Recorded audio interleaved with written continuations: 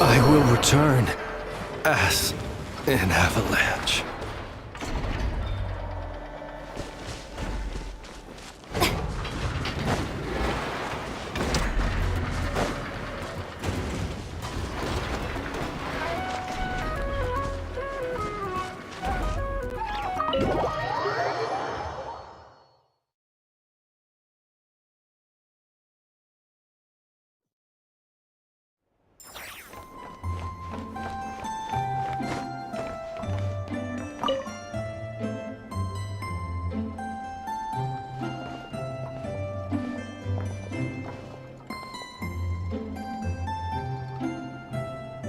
Almost there. That should do it. Once Inefa wakes up, I'm treating myself to 3 whole slices of cake. Oh, hey! Are you here to play? Sorry, but I'm busy right now. Just give me a bit. I'll be done soon. Inefa's fine, by the way. Just undergoing some routine maintenance. But a few days ago, Yehoda called her an unfunny, dum-dum, metal-faced lunkhead. Right before starting her maintenance, she asked me if I could upgrade her sense of humor. Yeah, glad we're on the same page. Inefa's the best. Okay, I'm going to activate her. Inefa, wake up. Time to get out of bed. Good morning, Aino. Good morning, Traveler.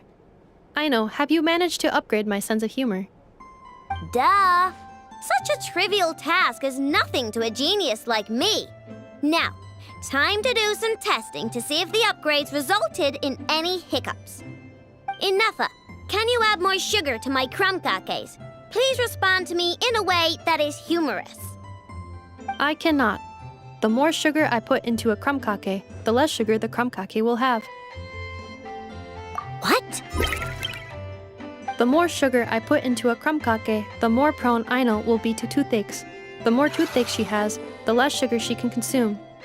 The less sugar she can consume, the less sugar I can add to the crumb cakes. Therefore, the more sugar I put into a crumb cake, the less sugar the crumb cake will have. Okay, that's not supposed to happen. Help me with another test, will ya? If it stays bad for a while, the Traveler will crack a smile. What? You are not laughing, so I suspect I was not understood. Actually, the first joke I told used a deliberately flawed chain of logic. After confusing the relative relationships between crumb cakes, sugar, Aino, and Aino's dental health, I drew a ridiculous conclusion.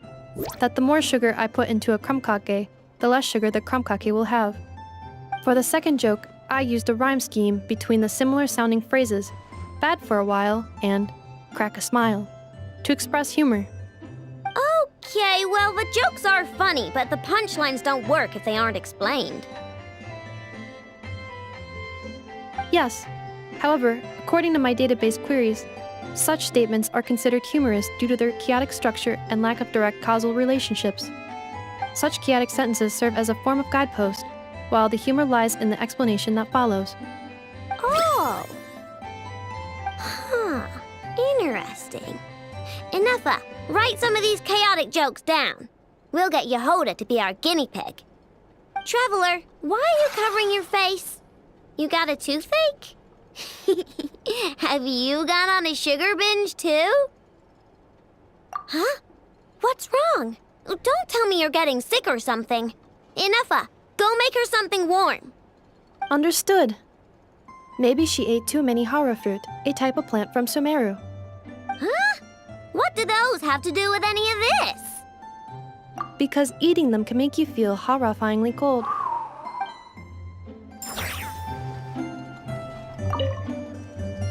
Hey! Wow, this update was a great idea. Give me another joke, Inefa.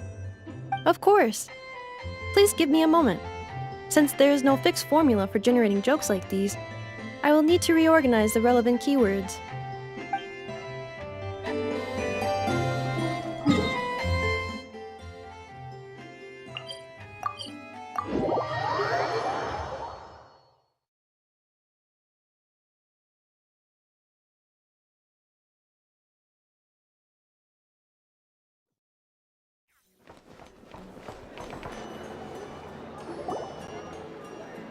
The wild hunt assault on Star Sand Shoal, you mean? Huge wave. First I've ever seen of that size. Good thing it was so brief. No, I mean there's been another to the north of Nasha Town. What? How many does that make in the last couple of days now? What are the Lightkeepers playing at? Can't be helped. There are only a handful stationed on our side in the first place, and the cannon hasn't been fixed yet either. They've been strained to breaking point for a while now, I'll bet. I'm bugging out if this goes on much longer. And here you all told me this was a good place to do business. Fool me once, I say. Hey now, this could be our big break. My second eldest brother made his fortune off wild hunt attacks, you know. Come on, let's get moving. There won't be anything left for us if we're late. Left for us to scavenge.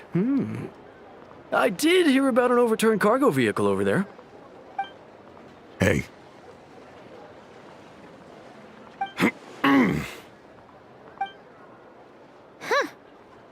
Should have told him that those are dangerous thoughts. Guess you're right. Even if we solve this wild hunt problem, they'd probably just jump headfirst into some new danger if they thought they could earn some quick mora. Paimon will have you know that when it comes to staying out of trouble, greed and cowardice make the perfect match.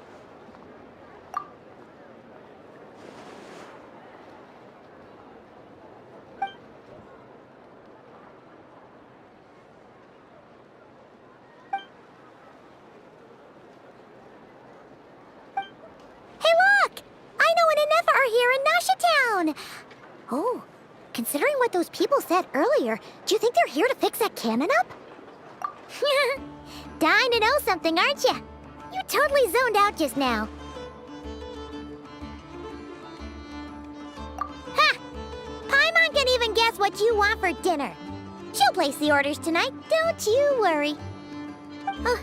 Anyway, let's just go, shall we?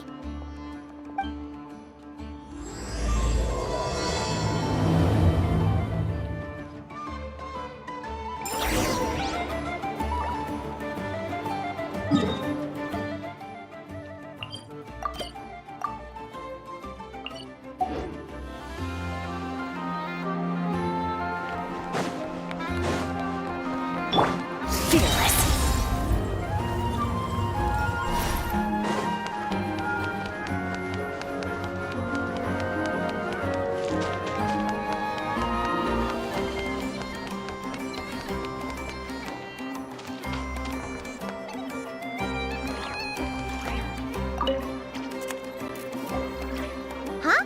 Isn't it Skirk? Are Paimon's eyes deceiving her? What's Skirk doing here in Notcry? Exactly. And Dory's here too. We should go over and say hi. Wow, my.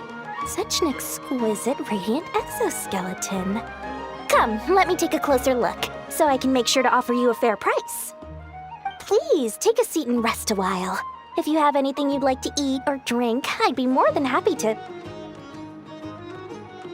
Let's not waste time. Just tell me how much you're offering. Of course. Just a moment. Remarkable. Not so much as a scratch. Even the very best bounty hunters would struggle to retrieve a radiant exoskeleton of such quality.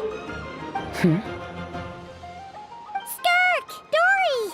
What are you two doing here? I came to look around Nogcry, and thought I'd take the opportunity to make a little mora. What's this? My most valued customer is already acquainted with my most valued customer?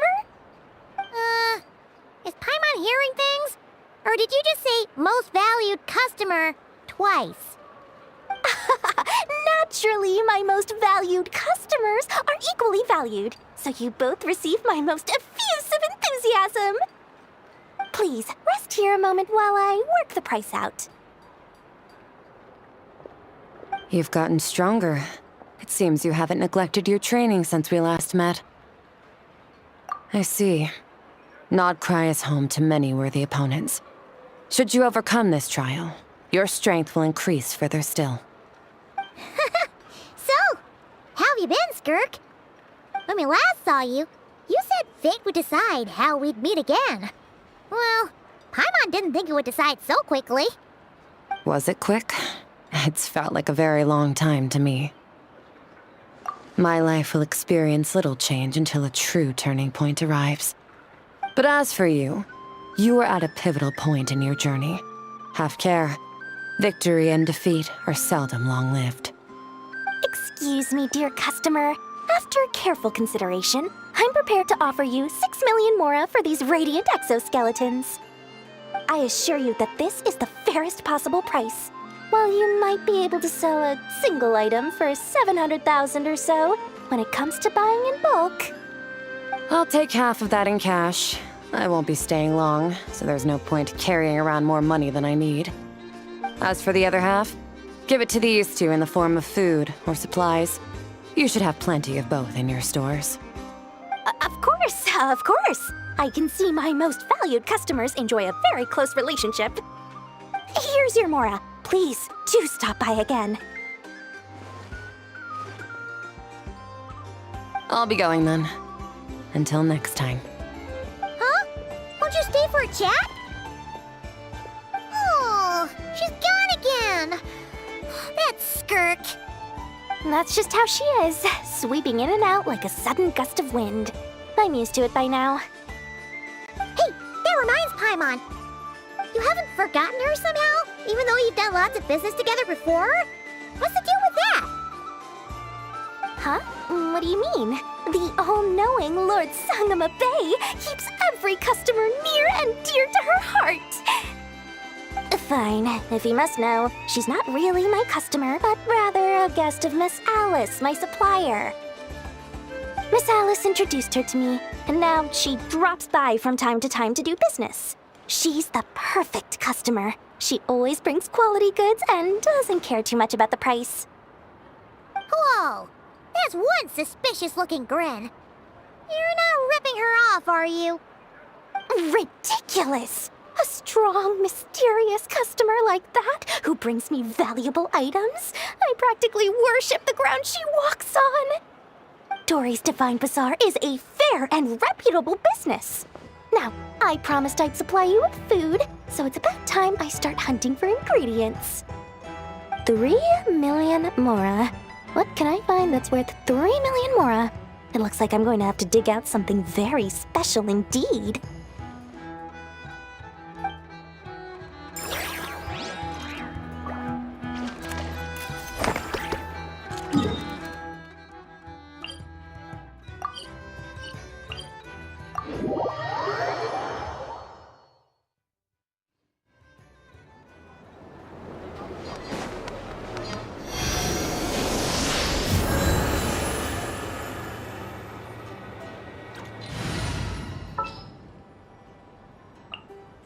Chivalry will never die. Merciless.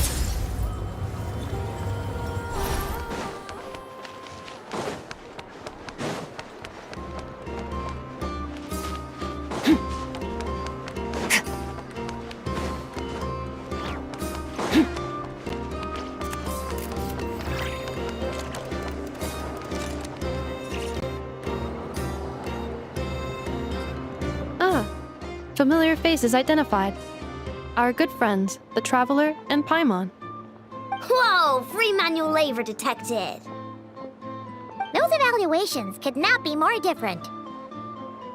This is Sosi, Sergeant Major of the nearby Lightkeepers. He's stationed here in this town. Wait, that means... He is Flynn's superior, as far as position is considered. A pleasure to meet you all. This is the Traveler and Paimon, friends of ours. They're experienced adventurers who are new to Nodcry. Hi there! Indeed. The sooner we can get it firing again, the quicker we can ease our current predicament. 2 more wild hunt incursions have come sweeping in at different locations after the last one at Star Sand Shoal. Our manpower is already stretched as it is. This is more than we can handle. Hasn't Flint's gone back to your HQ to ask for reinforcements? When will they arrive? Huh. Has he now? Yeah. That's what he said he was gonna do anyway. He hasn't contacted me about that yet. As per standing orders, he should be leading a team to root out the wild hunt. But I haven't received any reports for a while now. Well, he does act outside the remit of his orders sometimes. I'm a superior, yes, but I wouldn't say I have much control over his actions. So, he made the call for backup on his own initiative? Hard to say. Contacting HQ is a tricky business. I should know, I've tried. They either refuse my requests outright or end up dragging their feet. And all the while, we're the ones who have to deal with the wild hunt, which, by the way, can strike anywhere in Nodcry without warning, sweeping across vast swaths of land. This has been a real test of our endurance, to say the least. We need to send our personnel where they're needed most. A single missive will not do much to change HQ's attitude, I fear. Flynn's understands this well enough, I'm sure.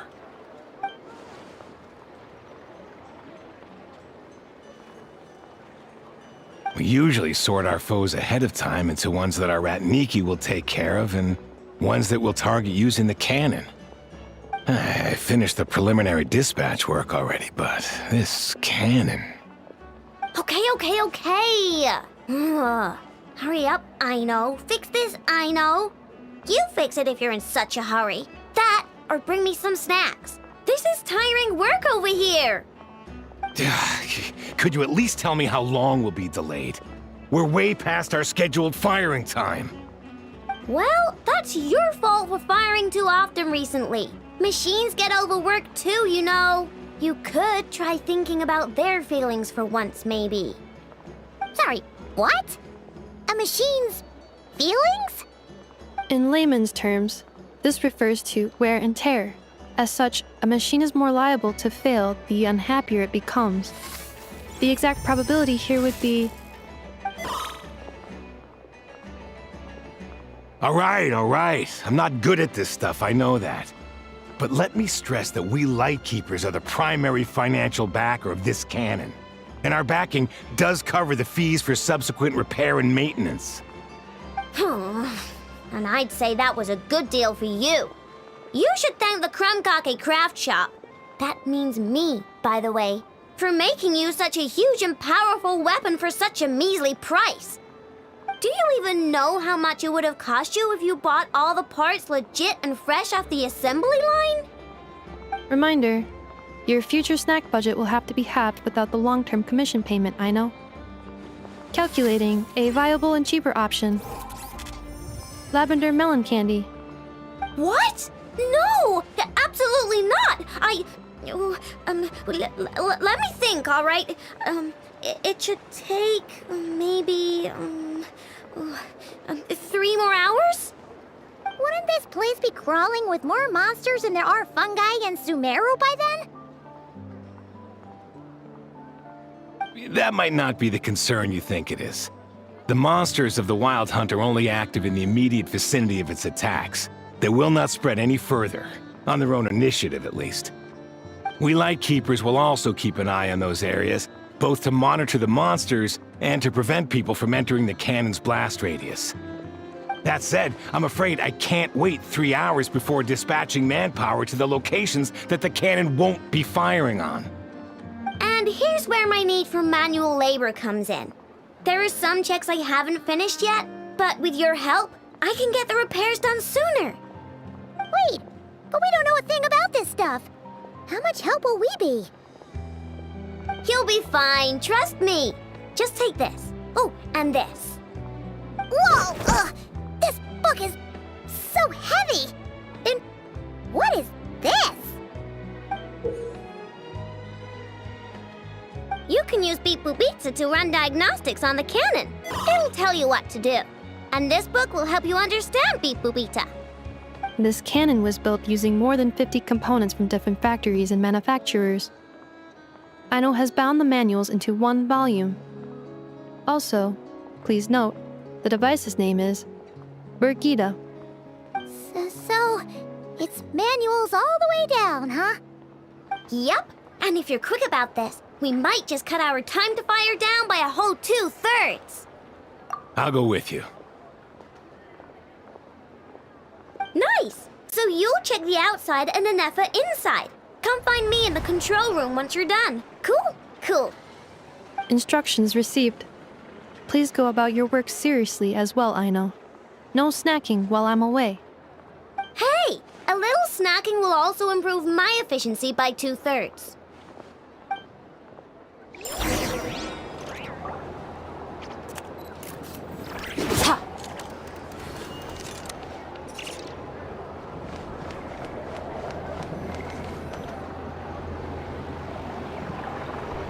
Ha! Aino's explanations for things that don't interest her are a bit meh, aren't they? Or is that just how geniuses are? Isn't Beep Boopita just following us around?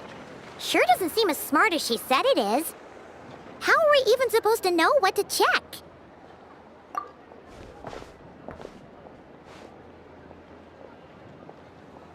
I've watched Anefa perform routine repairs before. It seems some sort of maintenance port must first be found, and then this small robot will automatically interface with it. Ah, so you're in the know. Nice. Oh, what does that port look like? Now, that I'm not so sure of. Let's search around together and see what the robot reacts to. Works for Paimon. Is this it? Probably not. Or this one? Oh, ew! Stinks of machine oil.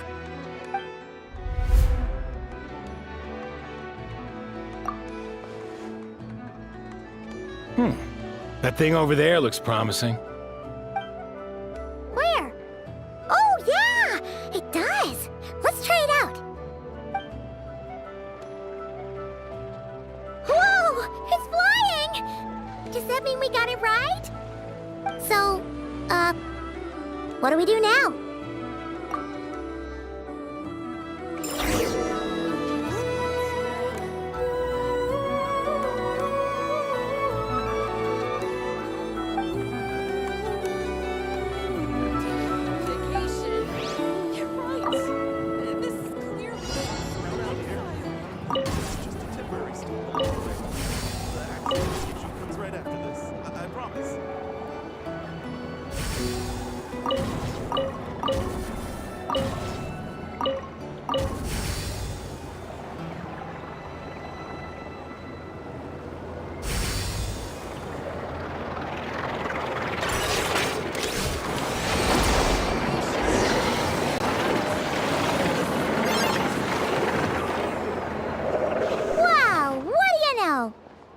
Right. We got this working without understanding a thing Beep Boopita said. Still, it's impressive how you figured things out right away. Paimon's up next, along with this stupidly heavy book. Ugh. Let's see. Should be just like checking a dictionary, right? The matching result for this symbol is... check passed. All systems normal. Wait, is that it? Well, as they say, no news is good news. Yeah, guess you're right. Just feels like we did all this stuff for nothing, that's all. On to the next spot, then.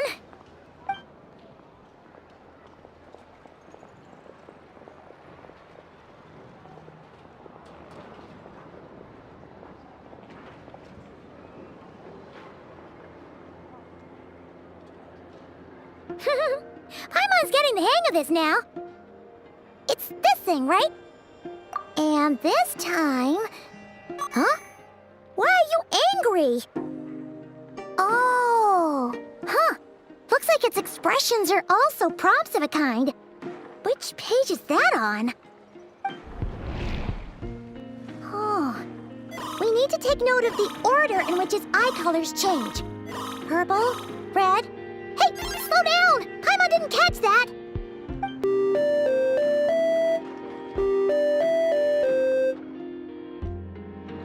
What? So now we got musical prompts too? Weren't you only supposed to be a beep-boop machine? All right, one final stop. This was quite a trip, huh? Agreed. I must say, you two have a talent for maintenance work. A bit shaky at points, but not bad for your first job. Good eye.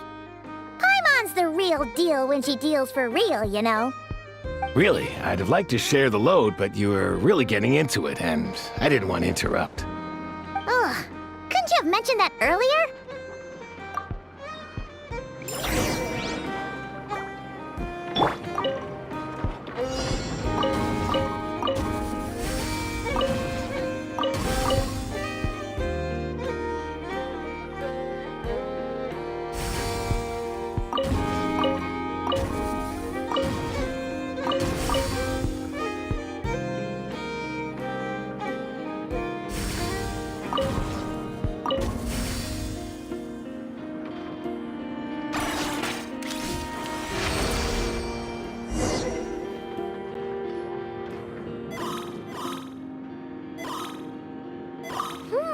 A pictorial prompt this time. Don't worry, Paimon's just about gotten the hang of which prompts are listed where. We gotta take note of the flashing patterns.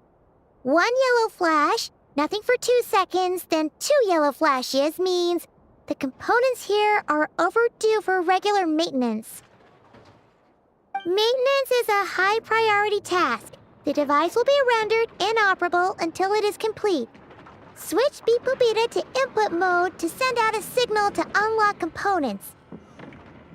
The description of input mode isn't on this page. Ugh, more page flipping. Phew, that was a real struggle.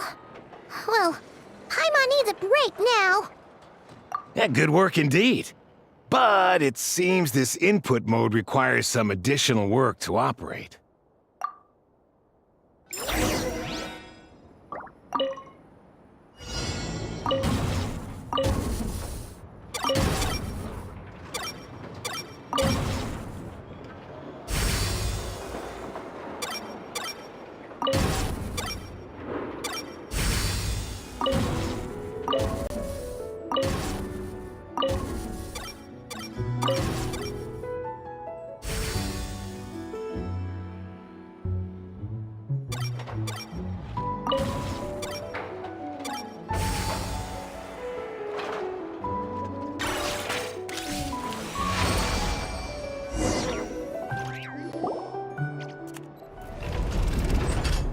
Well, looks like we're all good. We can remove this thing now. I've no clue, frankly. But whatever. I got a feeling we've all given up trying to figure this cannon out. I'll go get the replacement component. We should be done once we pop it in here. What do you think? Maintenance work's easier than running errands, wouldn't you say? That's for sure. We're counting on you, Sosie.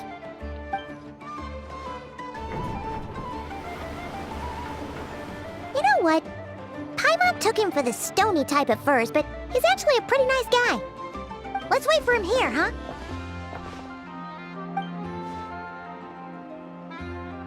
Are your tasks complete? Yep. Sosie's gone to get the replacement component. We'll be done here once we put it on. Allow me to check against the recorded data. Yes. This component is approaching its replacement deadline. The cannon will generate immense recoil when fired. If this is not controlled, the firing platform will become misaligned. This part is designed to anchor the cannon and ensure accuracy when aiming. Huh. So, if the cannon isn't fixed in place, will it start spinning around like some kind of massive firework? A novel analogy, but an apt one. The large-scale damage that might follow would be undesirable by anybody's standards. This component is currently easily damaged. The materials are not up to par, and there are still some design flaws. but Aino and I are working to improve it. Estimated waiting time remaining 7 minutes. Would you like a crumb-kake? Yeah! Dessert's just the best after a hard day's work. Certainly. It will be ready shortly. Observation. Freshly baked crumb-kake results in the most efficient improvements upon human happiness indices. As such, I activated an internal heater before starting repairs. Thanks for the treat. Aino's lucky to have you.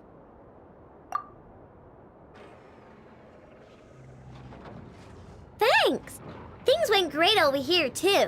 So, as we agreed, I'll have the cannon up and firing in no time. Understood.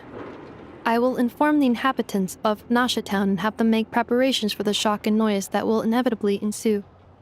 And I'll inform the Ratniki stationed around Wild Hunt anomalies to make sure they fall back in a timely fashion. Thanks for your kind assistance. I better make a move. Ratniki from other sites should have sent reports back here, and I'll need to sort them out promptly. Righty then. See ya! Bet this huge cannon's a real sight when it fires. That is correct.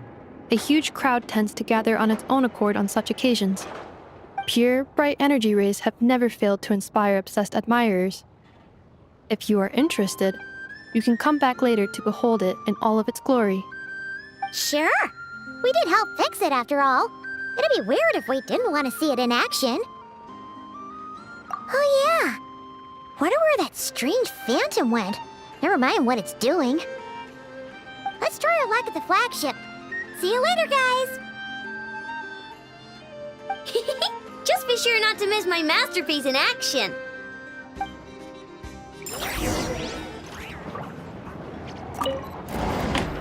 Checking snack stock. Lower than expected. Please, explain, Aino. Later. Can't you see I'm busy? You know, saving the poor, anxious inhabitants of this town?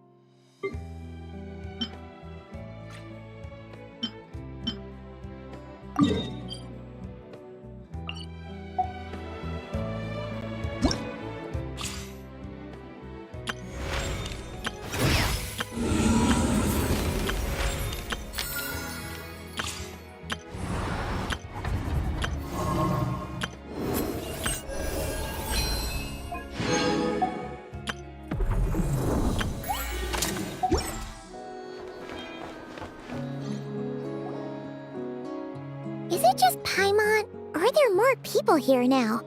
Oh, just as well, since we're sniffing for intel and all. And maybe, just maybe, let's get some of their berries and fried meat too, huh? We still haven't had it yet. Oh, come on. Why so uptight? Excuse me, are you guests?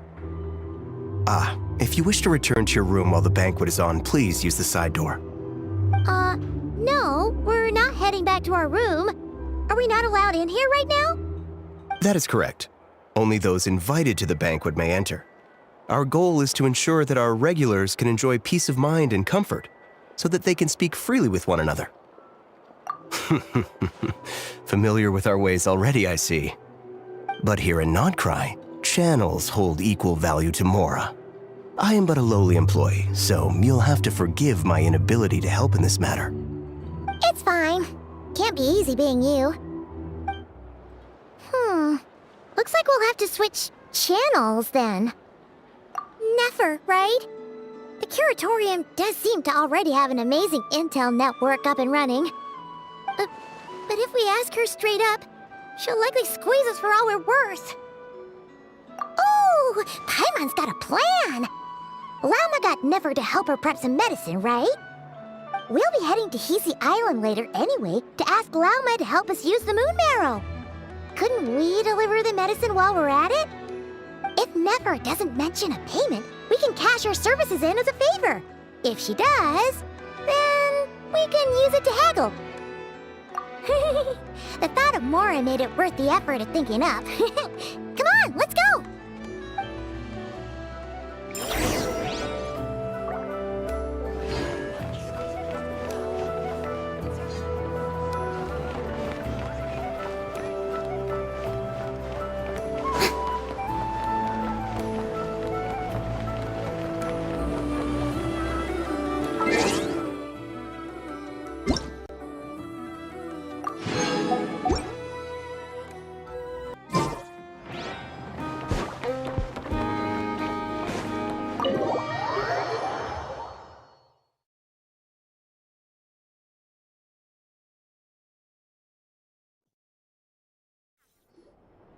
Hey, Black Cat, we're here!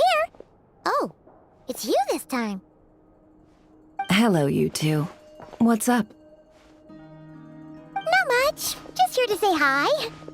Also, we'll be going to Hisi Island later, so we can deliver the medicine to Llama for you if you need. How thoughtful of them. Bet they want something from me in return.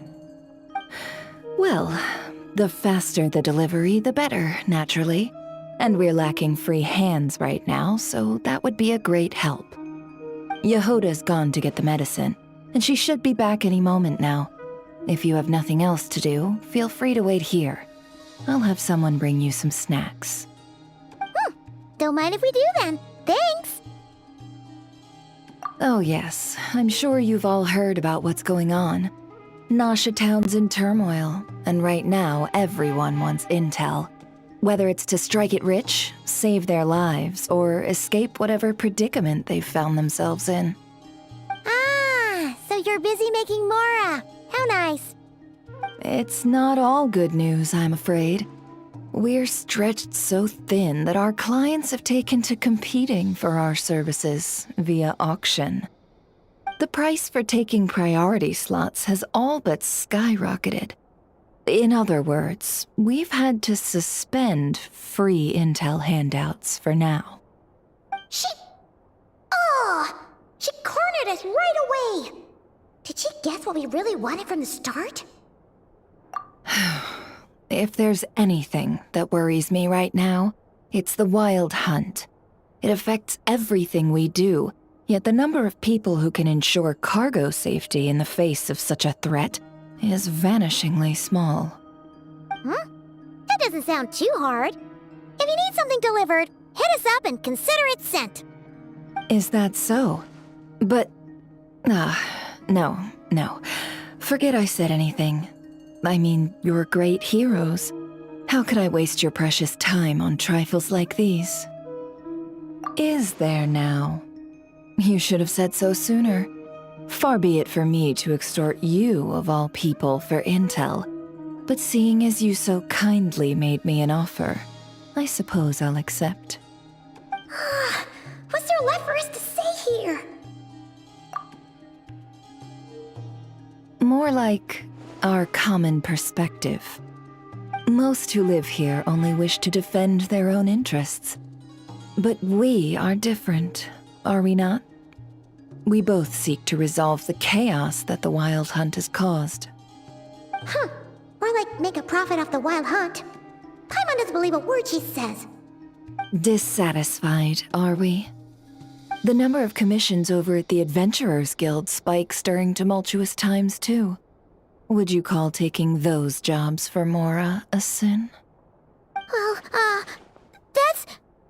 We might squeeze some advantage out of chaos, but equally, chaos could uproot everything we've built at any time.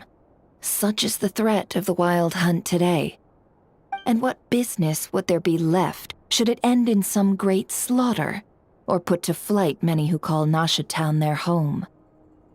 And as I understand, the two of you are here in Nodcry to follow a trail of clues yourselves, no? Well, Yeah? In that case, we should keep Nodcry the paradise people say it is. At least until our respective goals have been accomplished.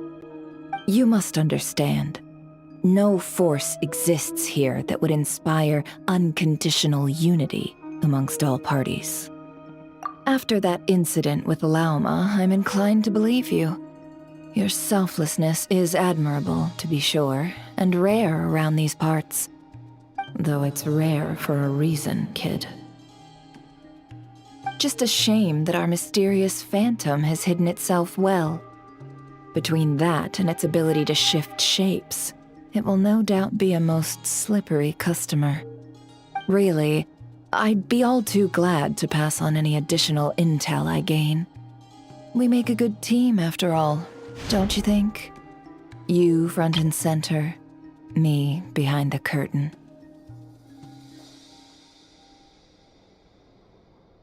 That does make sense. Sorry, Nefer. Paimon took you for someone who only cares about profit. A well-placed only, indeed, Paimon. Nothing is wholly divorced from profit of some kind. Wait, so you were ready to work with us from the start? Why, of course. In fact, I was wondering when I might bring this up the moment you entered. But... Hey, boss, I'm back! Huh? Oh, you guys are here too? Indeed they are. In fact, they've volunteered to deliver the medicine to Lauma on our behalf. And totally free of charge. Such kind souls, aren't they? Really? Great! Oh, in that case, guess I'll be clocking out now. Got a few more places for you to visit right here, dear. Huh? Haven't I already worked a few days worth of overtime already? Well, guess the extra more is pretty nice. Well, we better get this medicine delivered pronto. Huh? Surely not. The special medication from before wasn't salt, was it? Wait, that can't be. Let me see. This isn't right! How could it be salt? It was raining back there, so... could it have happened while I was resting at the store?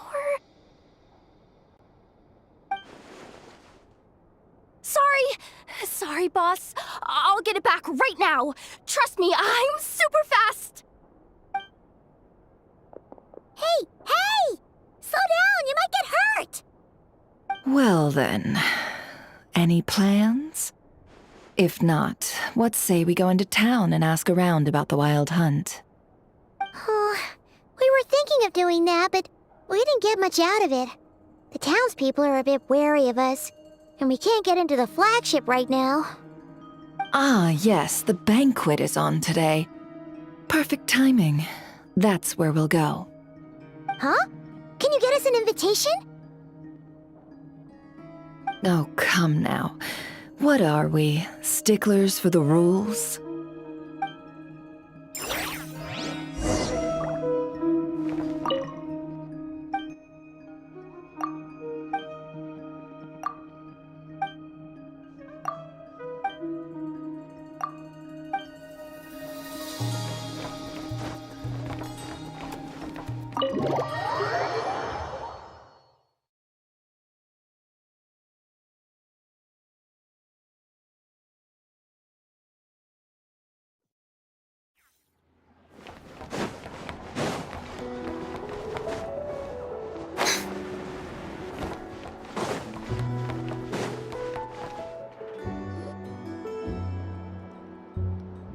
Lady Nefer, a pleasure to see you.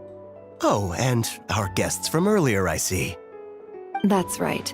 My apologies. Consider it my fault for not having explained the banquet's rules to them beforehand. Oh no, it was no trouble at all. Please, do come in. Yeah, sure, thanks. Not even an invitation check?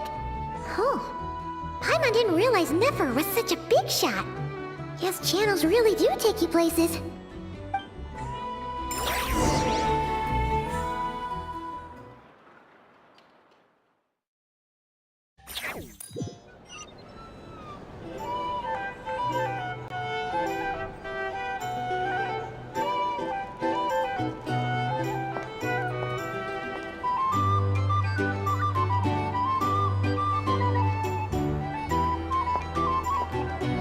Finally! Now, what do we...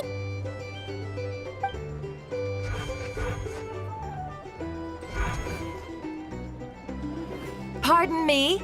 I'm sure we're all having a good time, but I would like you all to meet a mysterious guest I invited for just this occasion.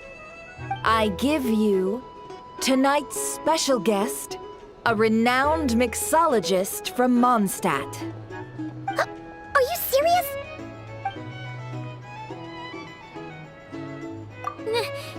Nice to meet you all. I'm sure that no more needs to be said about Mondstadt's wine industry. After all, we are all connoisseurs of fine drink here.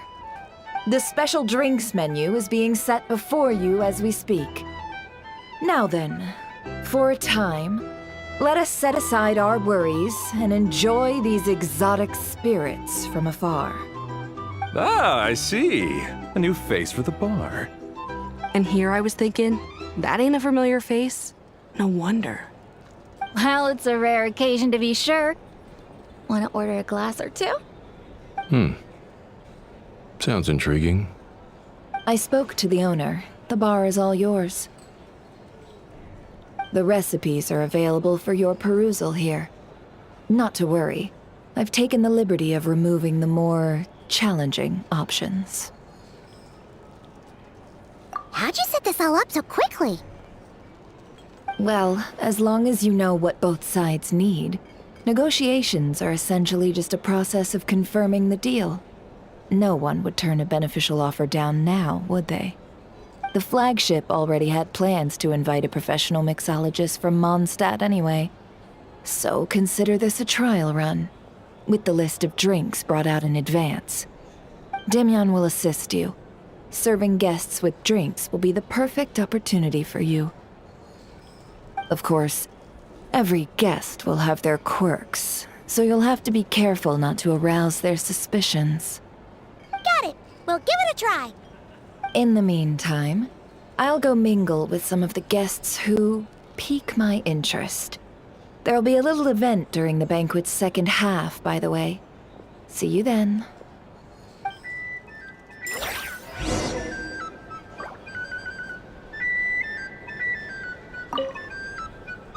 Hello. How may I assist?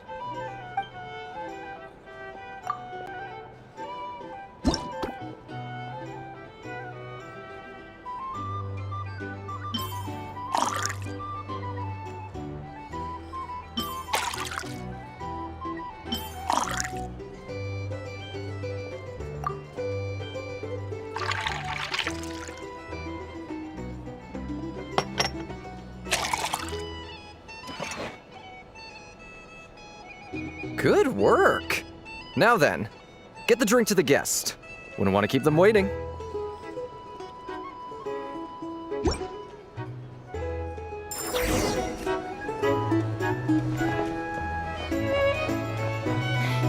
consider returning to Snezhnaya? Would I be killing myself with fucking things?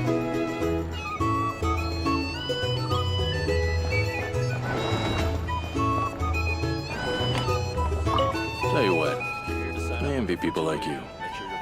I'm like a man in a leaking boat, soon to be food for the fish. I wouldn't have come to this dump if there were any better place to be.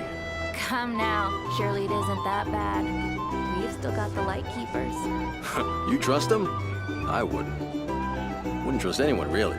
You're stuck with a wild hunt here.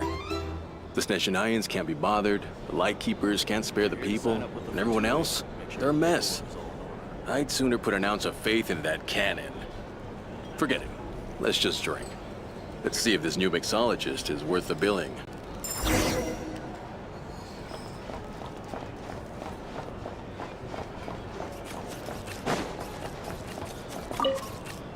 Hello.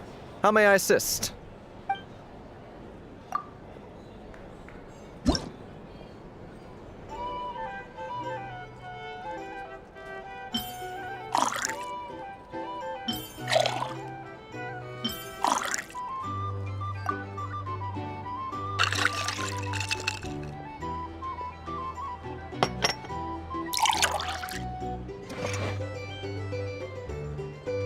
Good work! Now then, get the drink to the guest. Wouldn't want to keep them waiting. I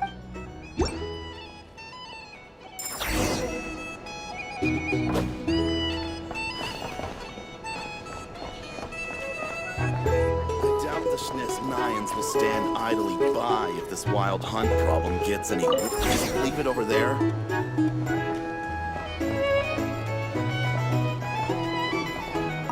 Bet you some people are just waiting for this place to fall further into chaos. You've got a plan for that, then? Hard to say. But what I can say is that the situation in Nashatown will get out of hand if that cannon isn't fired soon. That gun's a symbol. The most solid proof that ordinary folks like us can stand up against the wild hunt.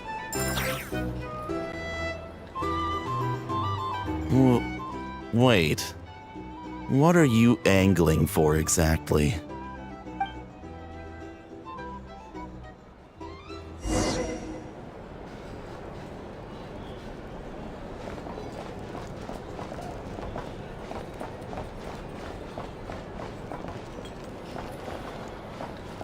Well, what if that was nothing but an illusion?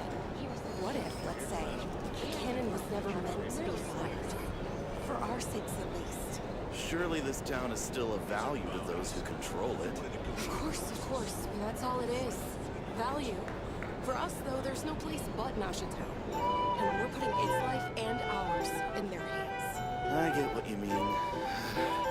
Let's just see how this plays out first. Seems like they're all talking about the cannon already. Guess that's why Sosie was so anxious.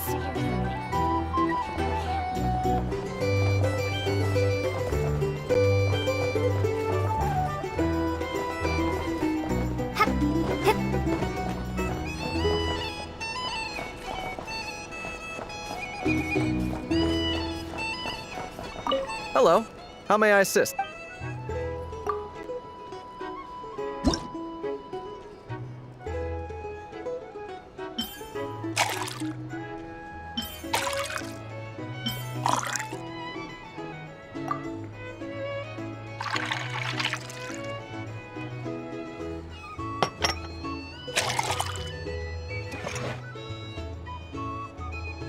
Good work! Now then, get the drink to the guest. Wouldn't want to keep them waiting.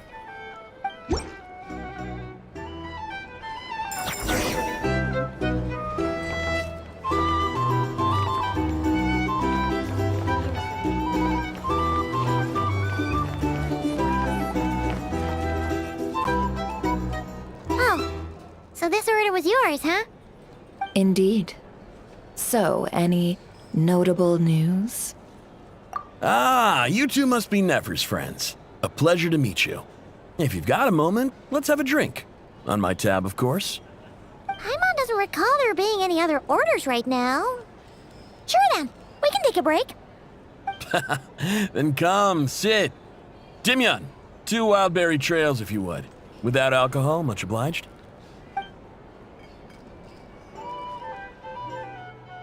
Hints is the name. I help out at the Rossum workshop in town. They usually put me in charge of making and repairing simple machines. Paimon's name is Paimon. Pleased to meet you. Ah, yes, I've heard. Lots of nights over there in Mondstadt. I imagine your title's an impressive one back home, huh? We were just messing with you there. Anyway, help me keep an eye out, all right? Valuable intel will be suitably compensated. Oh, come on. Is that how it is between us? I mean, I wouldn't even have this job if it hadn't been for your help back then. So, you've known each other a long time? That's right. I came to Nodcry with nothing at all. Would have starved on the streets if I hadn't met Nefer. She lent me money to study a craft, and even introduced me to Aino and the Voynich Guild, which is how I slowly carved out a living for myself. That's a huge favor. Huh. So Nefer can be a nice person sometimes, huh?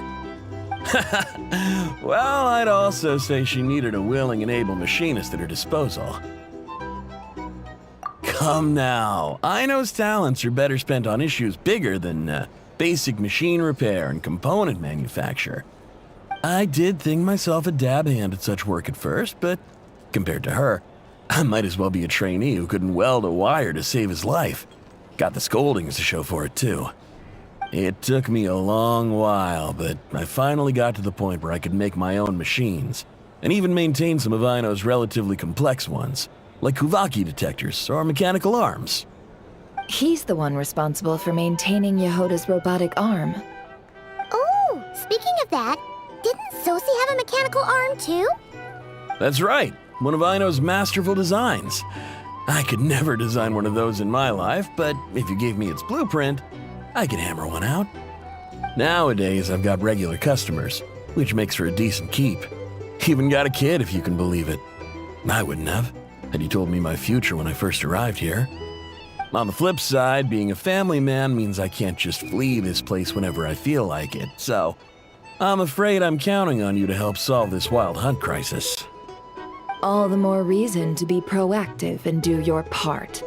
Wringing our hands in despair does us no good in times of crisis. Oh, wait.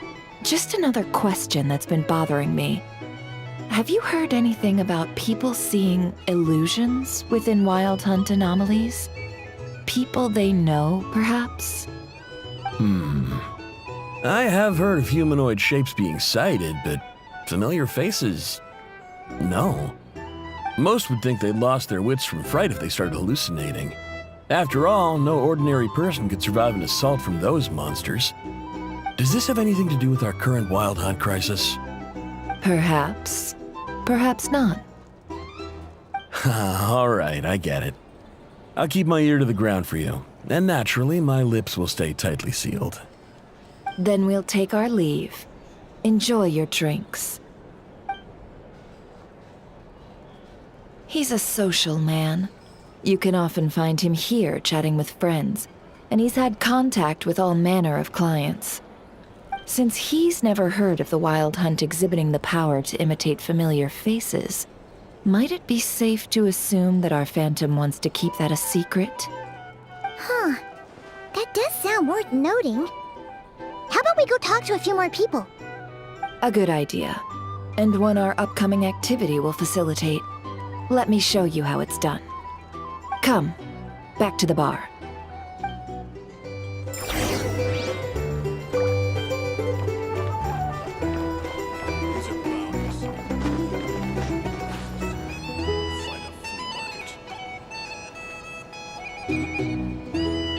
Thank you for waiting, everyone. The roulette showdown is ready to begin. Finally! Come on, let's go try our hand.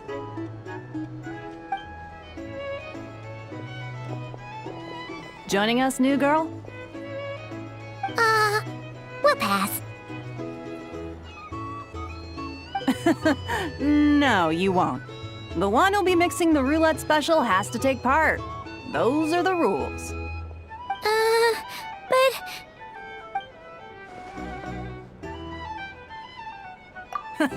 That's more like it. Since we have a new friend with us today, let me go over the rules in brief. The wheel before you is divided into an inner and outer circle. Participants must take turns to spin the pointer of the inner circle. Whatever beverage it stops at, our lucky contestant will drink.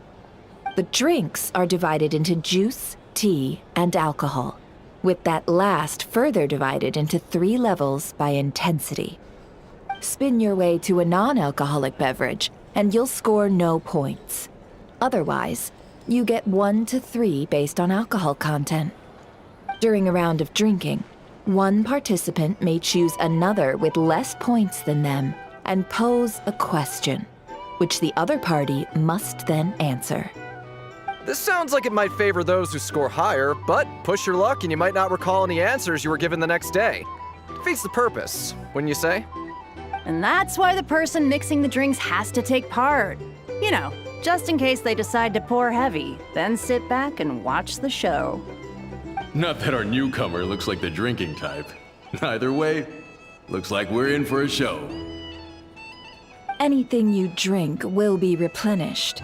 And additionally, I have decided to sponsor a grand prize for this grand occasion. A single serving of Dark Horse. What? Do my ears deceive me? A chance to drink Dark Horse and not cry? Dark Horse. Guess we'll have to take part now, huh? Indeed. The Dark Horse could be yours to enjoy, so long as your luck holds. And so long as you can remember its taste the day after. And if our lucky winner can drain the whole serving in one go, they will gain the right to ask everyone a question, regardless of their score. High risk, high reward. That's gotta be some strong alcohol. Now, if there are no other questions, let us begin. Allow me to get the ball rolling.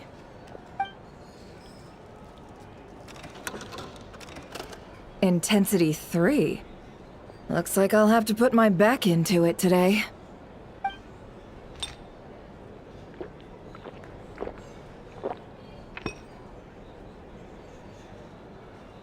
Let's go! Wow, this is kinda intense. Oh, my turn. All right, man, fess up. You've been making a killing lately. Where's it all been coming from? Hey, bro. I heard you met up with some big shot from the Voynich Guild. Mind introducing me sometime? Ugh. A normal drink, huh? Must be my lucky day. We've reached the final round of the Roulette Showdown. Let's see who gets the last laugh. I gotta say, you monsters really know your alcohol. These recipes are super good. Teach me, would ya?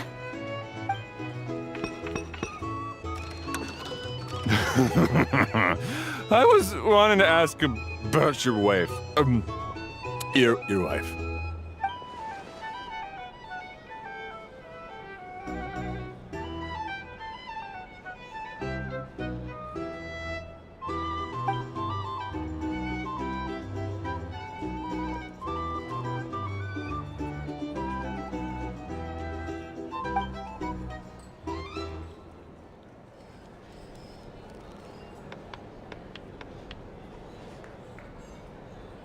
You're up.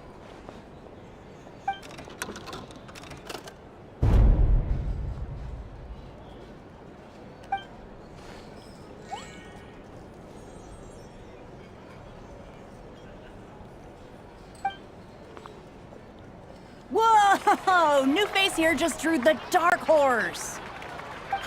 Bottoms up! Bottoms up! Hey, will you be alright? You wanna just give this one to Paimon?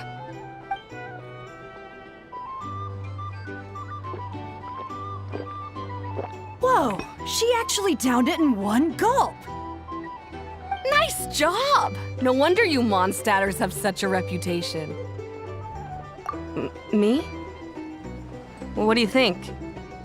Monsters, of course. Absolutely. If there was something else, I didn't stop to see it. Just took off as fast as I could. Oh, and guess who showed up just as I'd gotten out of there? Those good-for-nothing Ratniki, that's who. If my luck had been just a little worse, they'd have found nothing but my corpse. Or whatever was left of it anyway. Either way, there's nothing in there you'd want to see.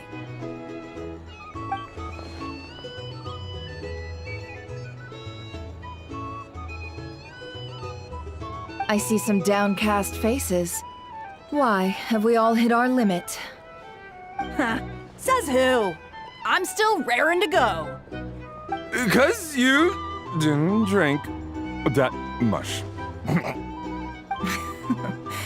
In that case, let me raise another glass. To a blast of a showdown and a wonderful evening.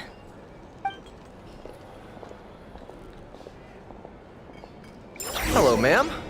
Lady Nephris ordered a fresh round of drinks. Could you deliver it to her?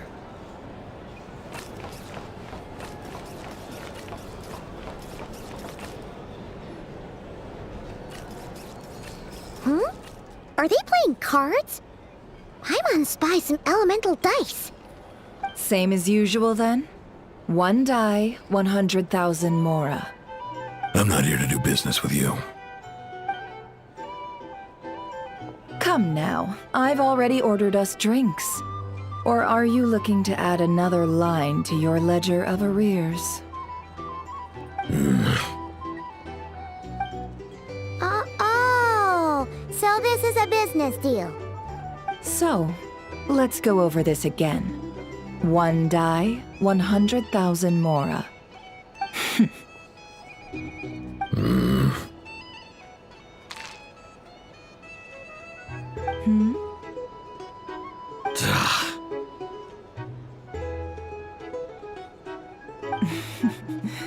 Then we have a deal. Come, you two. Take a seat as well. What are we even doing here? I can give you 3 things. The features of the Wild Hunt, the exact locations where it has appeared, and the intel we've received from the Lightkeepers. The Wild Hunt is in fact a phenomenon linked to abyssal power. Fog and monsters follow in its wake, posing a lethal danger to ordinary people. On the flip side, these monsters cannot leave the fog, so the disaster cannot spread quickly. We already know all that. Fair enough.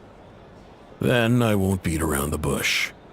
Here's a map of current Wild Hunt anomalies that I snagged from the Lightkeepers, including the locations they'll soon be bombarding.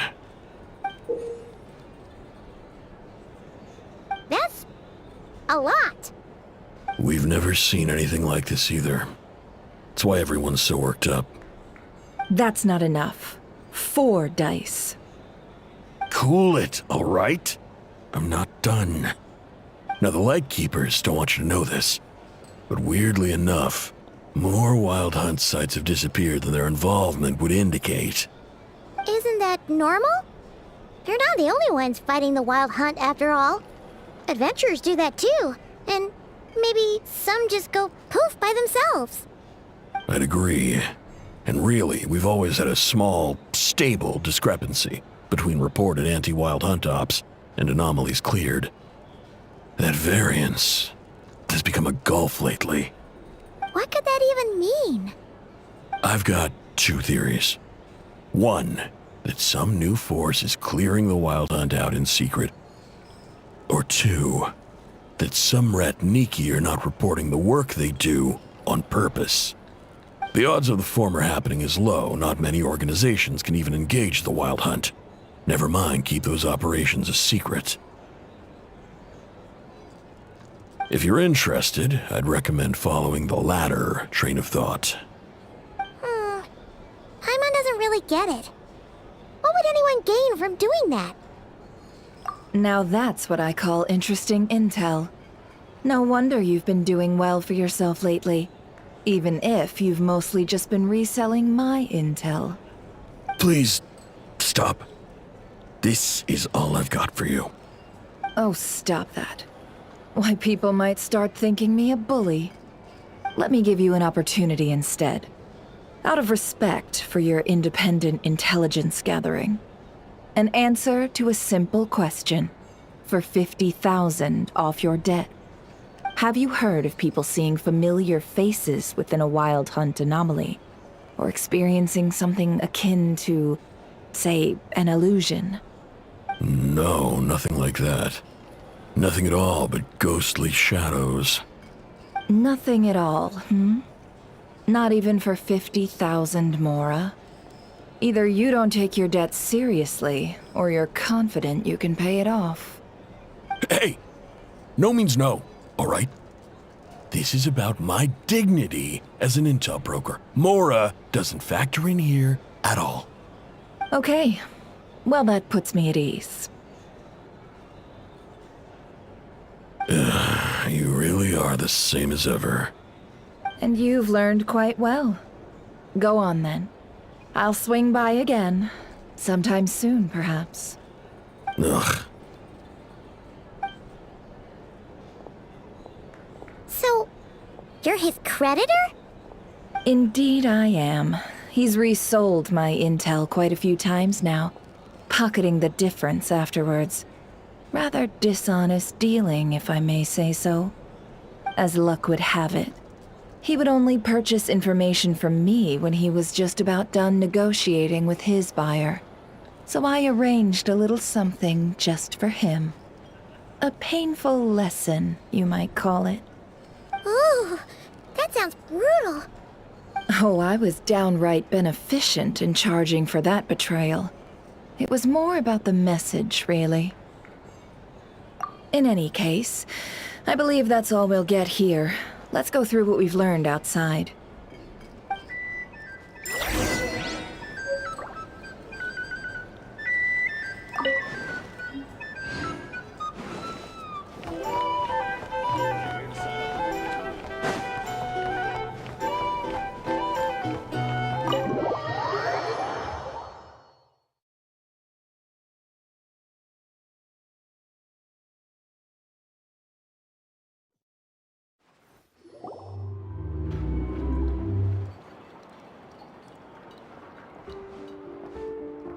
Most of our intel seems quite dispersed, so let's try piecing it all together. Well, first, no one else has seen that weird phantom, apart from our encounter on Star Sand Shoal. Indeed. And we have that from multiple accounts, so each statement corroborates the others. What in Teyvat could that phantom be planning? Agreed. Instances of the wild hunt afflicting Nodcry in general have increased in frequency, but the phenomenon itself hasn't changed much. What you encountered must have been something special, with our mastermind concealing themselves within, in order to target the Moon Marrow. In which case, two questions arise. Who is this mastermind, and why would they want the Moon Marrow?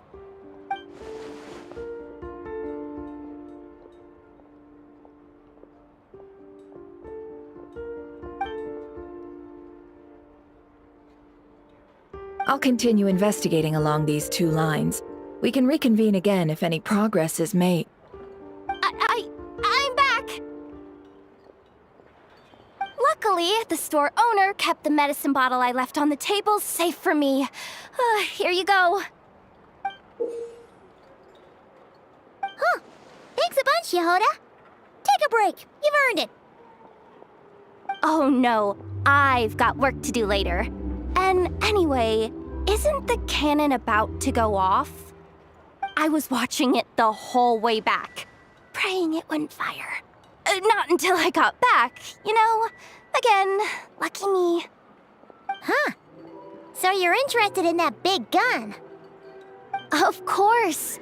I mean, just think about it. Something that size is bound to be comprised of thousands, even tens of thousands of parts, fused in such a way that it can operate smoothly and fire off a supergiant, super strong beam! Isn't that just so cool? I mean, miraculous. Like a miracle created through countless careful calculations. It has been a while since the last time it fired. Go on, feel free to go watch. Work can wait for a while. Thanks, boss. Anyway, y'all wanna come? It'll be worth the while and worth your wait. I swear. Might as well. Fruits of our labor and everything, you know? Woohoo! Let's go! Kaboom!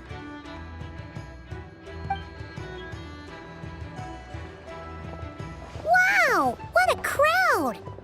People seem pretty excited, too. Just goes to show how big a deal this cannon is, huh? Oh, for sure.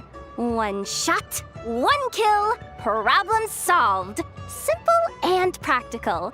Just the way we like it.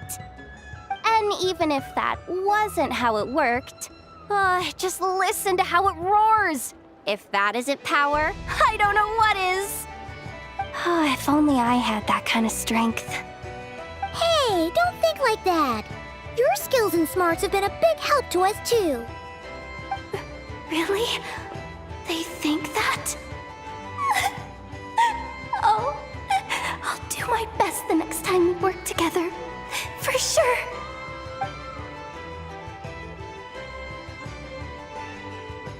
Hey, look! It's starting!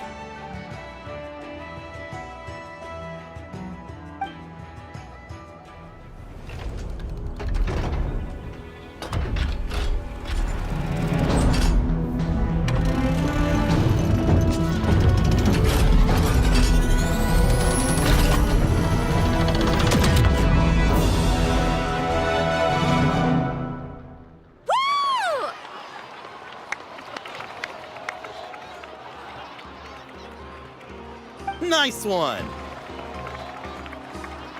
Finally, all fixed up. Nothing to fear now. Awesome! Felt that one in my bones. Whew! That sure was powerful. And pretty dazzling, too. Guess that's why everyone's been counting on this thing. Surely the Wild Hunt doesn't stand a chance. I feel so alive right now! Overtime? Ha! It's gonna be a piece of cake! You know, Paimon's been wondering, if you're so interested in machines, why don't you go work for Aino? That's what we call drawing a line between your work and your hobbies. I've got some mechanical talents, sure, but this job I have now, no one can do it but me. Not even Aino or her silly robots. Anyway, gotta go. See you later. Says the person who got salt and medicine mixed up. Looks like the crowd's breaking up as well. Let's head over to Hisi Island. Let's not keep Llama waiting.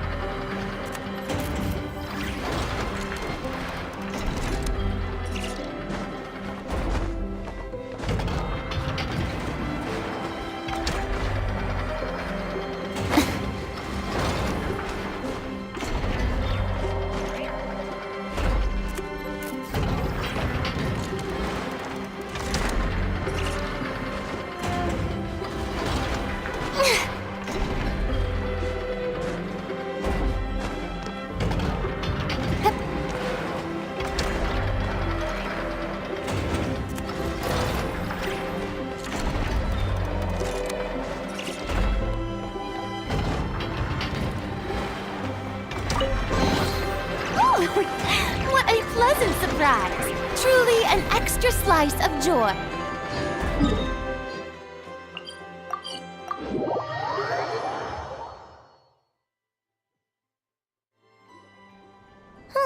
Let's see now. What's changed since we were gone? Yeah, if anything, looks like things are settling down. That's Llama for you. Hey there, Llama! We're back!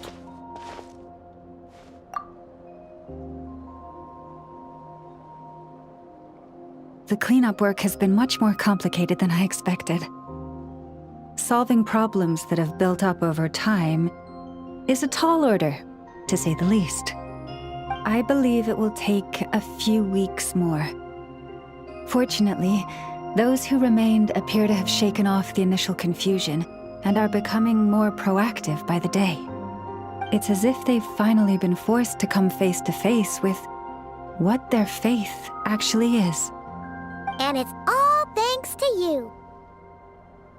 No, I should have done this a lot sooner. I've been focused on taking care of myself these past few days, so I'm in a good place. And since you're looking after the moon marrow for us, I should be able to help you investigate the truth of the past. Speaking of which, have you heard anything new about that phantom? I've tried asking around, but to no avail. What about you? Oh, we haven't made much progress either. But here's what we've got.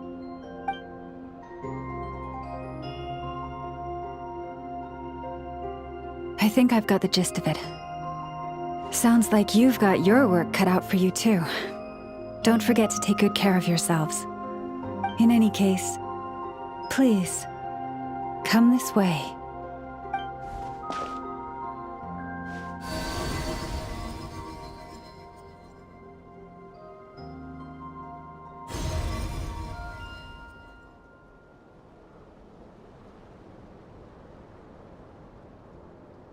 What do you see?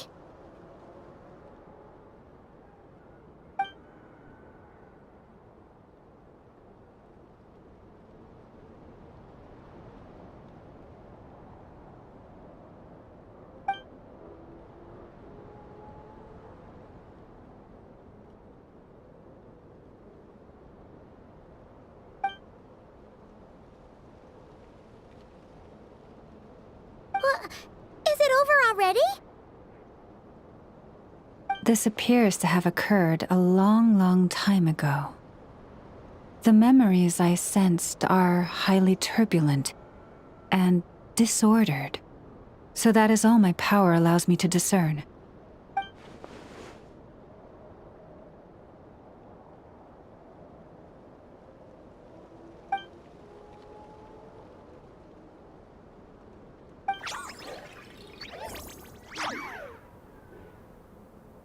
Huh?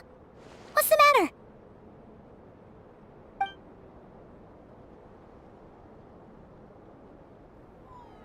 The flowers changed color.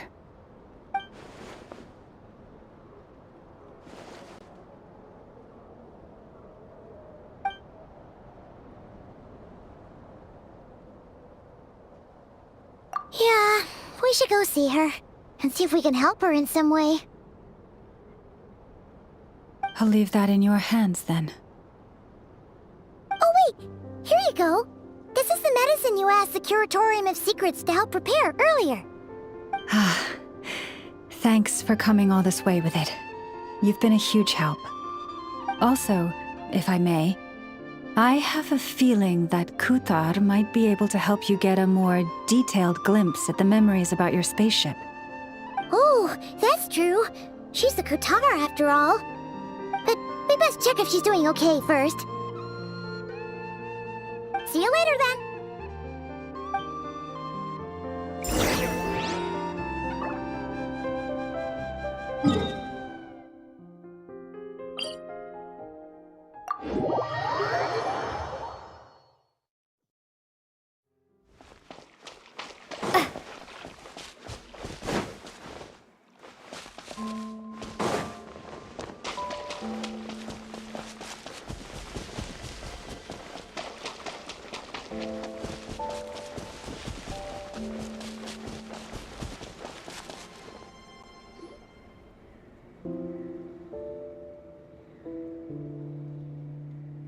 Oh, she doesn't look so good. Sorry for disturbing you, but are you okay?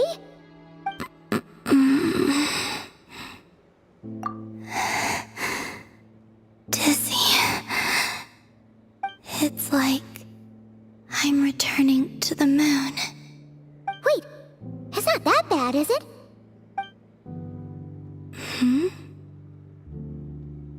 I sense the moon's power within you. We got the moon marrow back from the Fatui. Can it help you in any way? And what do you require this time? Come on, don't even think about that. Right now, you gotta focus on getting better.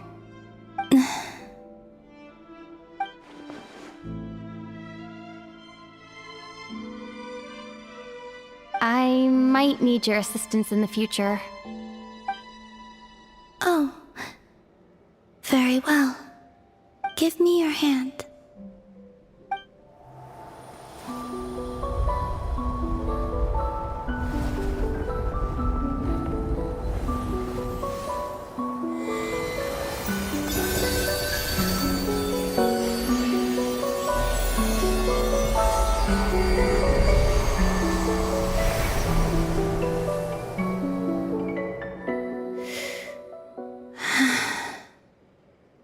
Back to Earth. My thanks. Your feet never left the ground. But anyway, feeling any better?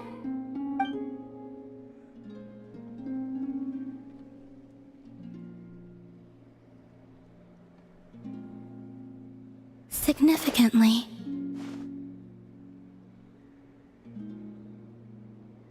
The moon within your body, it is as silent as a reflection in the water. Fascinating. I merely drew forth a ray of its light from the water. Enough to keep me tethered to the ground for now. I think I sensed some other changes as well. That is the moon goddess's favor. All things I come into contact with will bear this mark. It is harmless, and will fade over time. Speaking of which, do you want to be the Moon Marrow's custodian, now that you've got your power back? It's supposed to be something that belongs to a god in any case, right? It is the remains of Arya, goddess of the eternal moon. So it does have to do with... Wait, what? Did you not know this already? Llama just said it was different from the other fragments, and that she could sense divine power within it. And she is correct. When I drew that ray of moonlight from the marrow, I also drew some memories from within. That is how I know that it belongs to the goddess of the eternal moon. But Llama also saw the past by using the Moon Marrow. Why didn't she see that?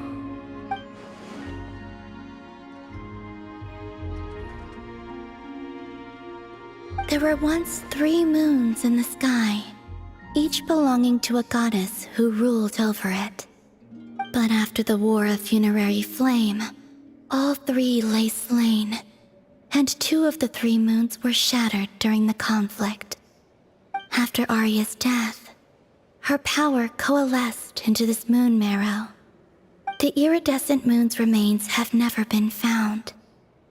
And while the Frost Moon's goddess died herself, her moon was never broken. As the prophecy stated, this moon would birth a new deity sooner or later. The entity the Frost Moon Scions call the Kutar. I can sense that my power belongs to the Frost Moon, but it lies beyond the false sky, too distant from me. Forget controlling it. Sensing it alone requires immense effort. Oh, wait, let Paimon count this up. We have the Eternal Moon's Marrow with us. No one can find the iridescent moons. Does that mean you have the Frost Moon's Marrow inside you then? No. It can only form after the moon goddess is dead. Consider it a form of energy core. You may as well ask if there are rocks on the moon. Oh, so you're saying that you represent the Frost Moon's power, right? Yes. Now, a god with a gnosis is named an archon. Since you bear the moon marrow, does that make you a moon goddess? You do not wish to become one? That's not really the problem here. Also, why are you so eager to pass that title on to someone else? Anyway, never mind this becoming a moon goddess stuff for now. We're asking if we should return this moon marrow to you. I do not desire it. Huh? Nor does it desire to come to me. And what does that mean? When I came into contact with its power, I sensed a kind of rejection. I can only guess that this is because I, too, am a moon goddess. 2 moons will not rise at the same time, let alone consume one another. Guess it's stuck with me for now then. You sure that's gonna be okay? Lauma did say that you've hidden its power well, but the damselette sensed it just fine. And it's the wild hunt we're dealing with here, not some run-of-the-mill enemy. If it detects the marrow... The wild hunt? You speak of that phenomenon as if you were describing a person. Well, it sure looks like there's a person behind it all. Someone with a super clear goal, too. They've been after the moon marrow non-stop. That seems to ring a bell. Huh? Does it really? My colleagues used to mention someone, back when I was still with the Fatui. He hailed from Conria, gaining abyssal power during the Cataclysm, and he had a consuming fixation on the moons. Conria? Well, we don't know if the phantom we saw has anything to do with that, but the details kind of match. What was his name? I only know what others called him. The Rehir of Solnari. Huh. There was that title too. Yes. Wait a second. Dane mentioned him, didn't he? Does that mean that our enemy is Rerir, one of the 5? Huh? If that was the case, surely he'd be stronger than this, though. I have heard that he disappeared not long after the Cataclysm. But when I asked my colleagues where he went, they replied, "Do you really not know?" Why would they say that? The tale of his final fate has it that he fell into the moon's reflection, from which there can be no return. Wait, hold up, pause. There's just too much information. I felt the same. They seemed to think that I should be the one who would know everything about the moons. But as I said, my prologue lies beyond the false skies. I do not even remember my name. Oh. Either way, following his departure, the wild hunt situation worsened drastically, and it has since become a byword for abyssal disaster. The present phenomenon may have inherited the same title, but it far surpasses its past incarnation in both scale and lethality. Oh, to think that we're up against one of the infamous 5 sinners! That's way too much for us to handle! That incident on Star Sand Shoal must have been luck then! Or maybe he wasn't giving it his all. And even then, he still defeated Marionette. Oh? What did you just say? Would you mind repeating that? That's your ex-colleague? So, we were on Star Sand Shoal together, and she was beaten by the Wild Hunt, too. Did you just laugh? No. She totally did. Are you two on bad terms or something? No. I simply imagined the put-out expression she must have worn in that moment, and found it interesting. She seemed quite shaken. Oh, she'll adjust soon enough. She's very good at that. Okay, anyway, we've gotten off topic. Now that we know how dangerous the guy targeting the Moon Marrow is, you sure you want to carry it around with you, Traveler? If Fatui intelligence is to be believed, Rerir would prevail even if all of Nod Cry were to stand against him. Perhaps something restricts him, if only for the moment. Before I decide, there's a favor I'd like to ask you, Columbina. What do you need? Do you think you'd be able to show me what happened when my brother and I arrived in Nodcry? I mean, when our spaceship first landed? Sure. That was quick. As I said, this to me is but a single ray of moonlight. Nothing to it. Give me your hand, and ready yourself.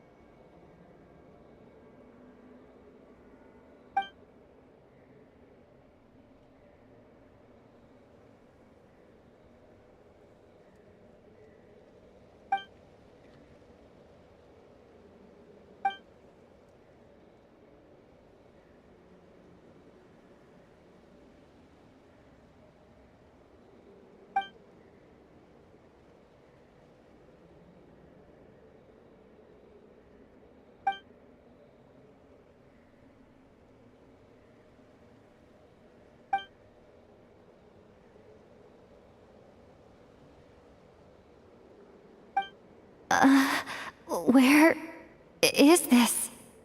Lumine, come on, we have to leave this place! What? Hey, are you okay? Our spaceship. A long, long time passed after we landed. No one left the ship during that time. But Ether found me from outside of it somehow. Huh? How would that even be possible? I don't know. The secrets within memories are like cookie crumbs. Take a bite, and they go everywhere.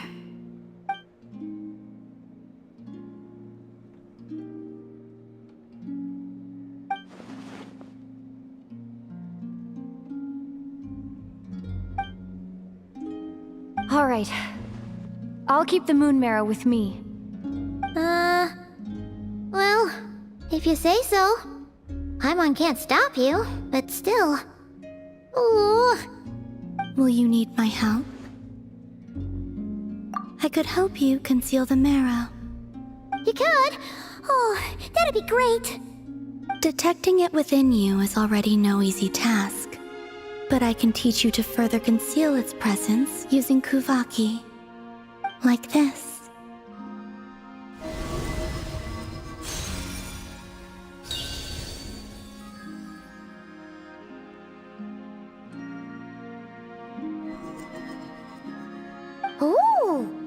like a shield.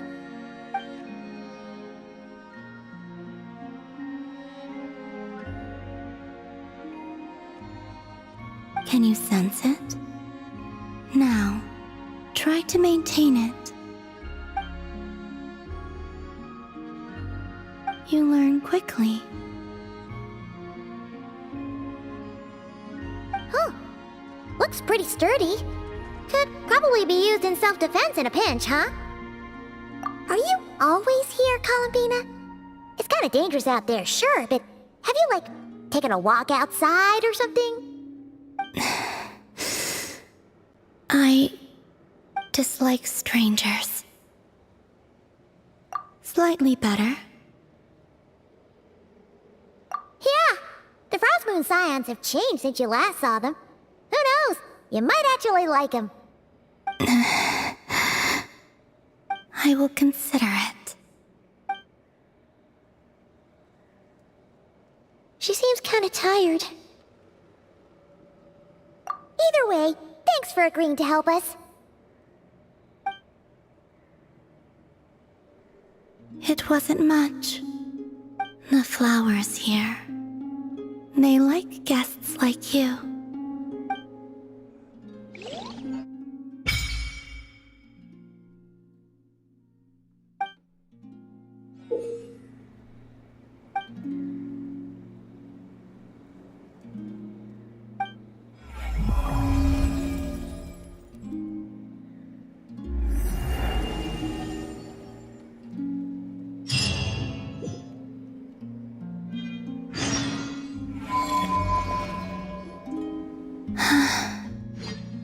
Best let her rest.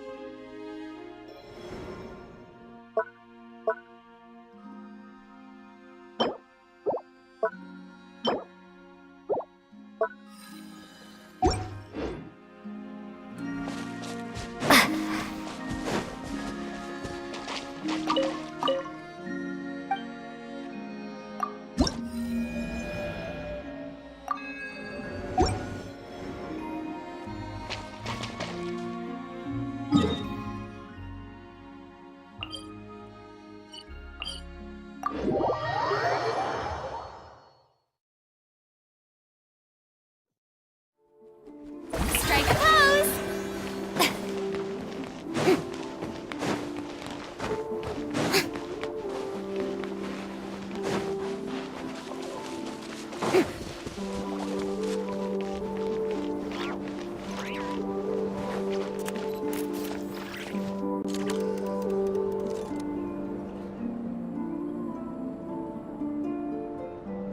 The Raker of Solnari.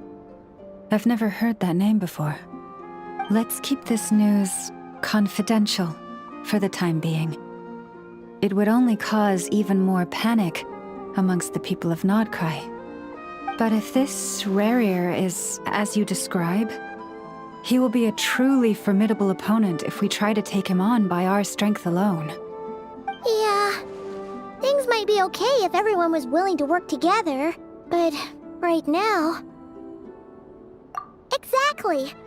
Whatever the case, let's start by telling those we can get to join up about the crisis.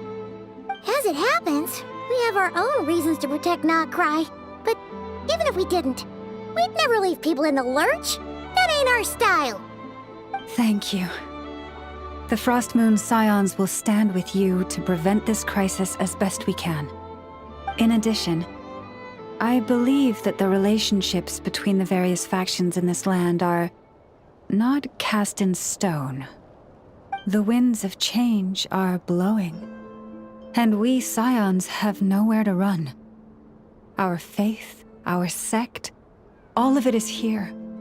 Whether our foe is the Fatui or this Raker, we must stand our ground and remain true to ourselves, even to the last. Let's see... Speaking of allies, the Krumkake craft shop is the closest by, right? Enough is sure to help us.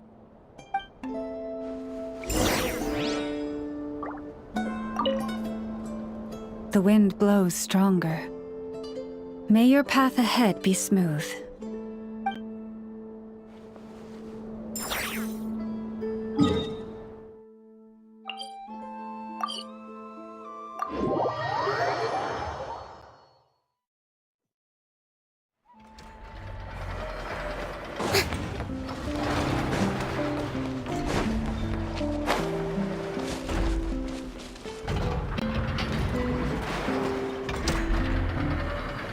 Friendly approach detected. We meet again. Listen! We've got updates on the wild hunt situation.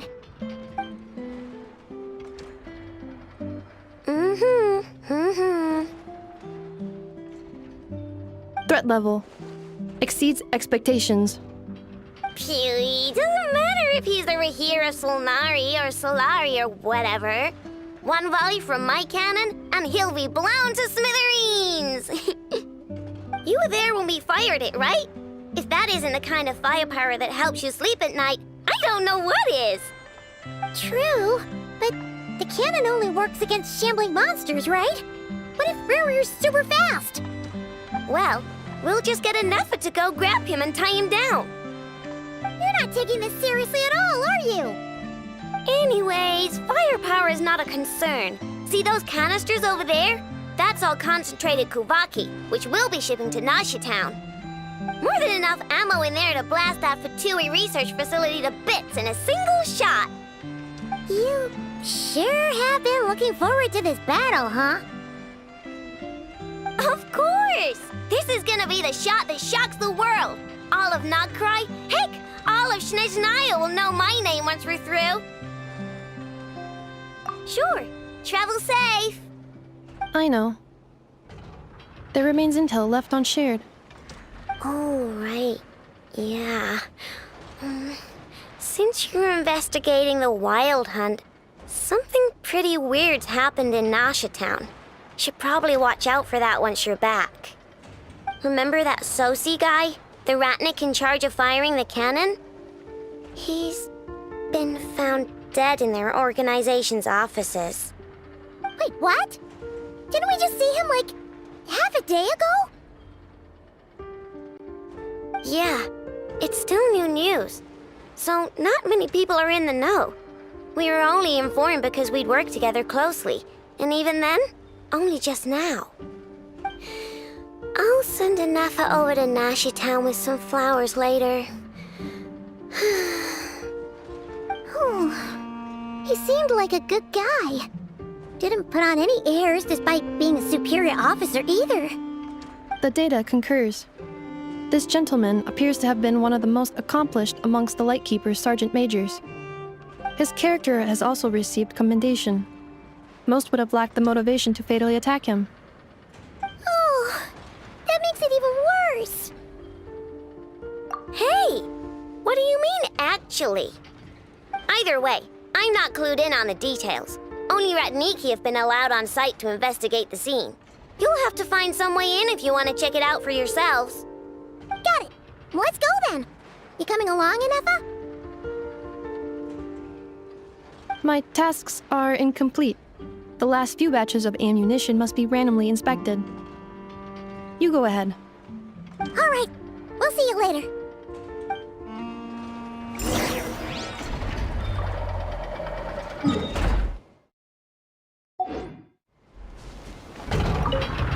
Hang on. Weren't you supposed to bring me some candy? You said you would. Sorry, but things happened kind of suddenly, so... Batch inspection complete. Approved. Next up.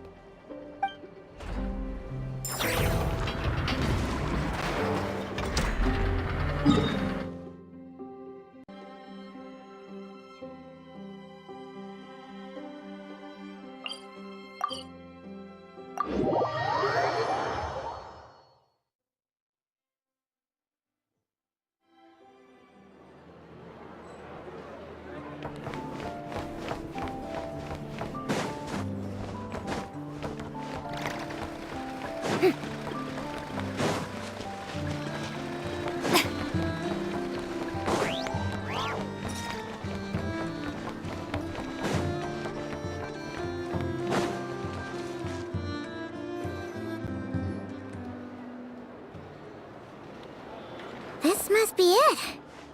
Oh, doesn't look like there's any chance of us getting in with that ratnik guarding the door, though. Should we go speak to the guard first? Might as well try squeezing blood from a stone. Ah! Never! When did you... I came over to take a look as soon as I received the news just now. Aino told you about this then? Before we start, shall we see if we've made the same guess? Indeed. Quicker than we thought as well. Keep your eyes peeled for any clues once we get in. No need to jump to conclusions. But how are we supposed to get in at all? Just follow me.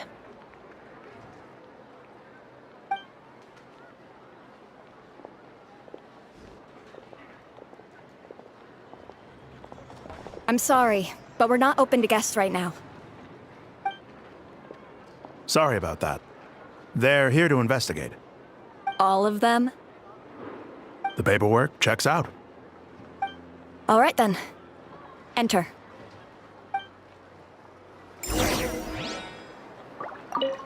For now, please keep the current situation confidential.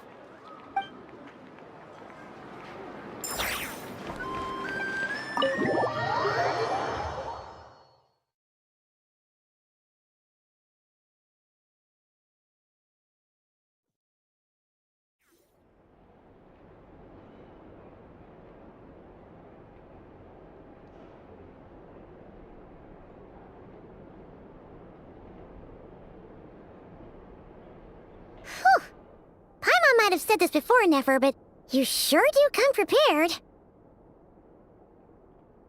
Shishich, my old friend. Fill us in, if you would. Greetings. If you would allow me. The murder happened not long ago. The Sergeant Major was killed by a single piercing strike from a polearm.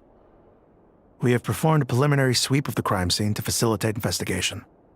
No obvious signs of a violent struggle. No damaged doors or windows. The culprit must have used some other means to enter the room unopposed before performing the deed. Entering unopposed? So, do you think there's a chance that the culprit would usually have right of entry?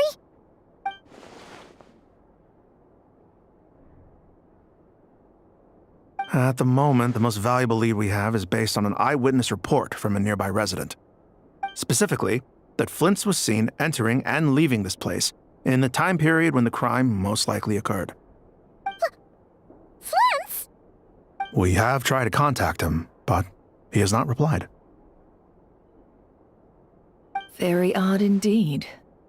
So, he's the prime suspect right now, right? To be honest, I'm not particularly inclined to believe that this was an inside job.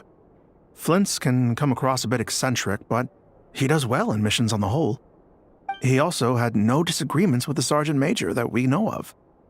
So he lacks the motive to commit such a terrible crime. But neither the eyewitness report nor the nature of the fatal wound itself are in his favor. So we are looking for him at present. Looks like there's not much else to dig up here. Let's go outside and discuss what we've seen.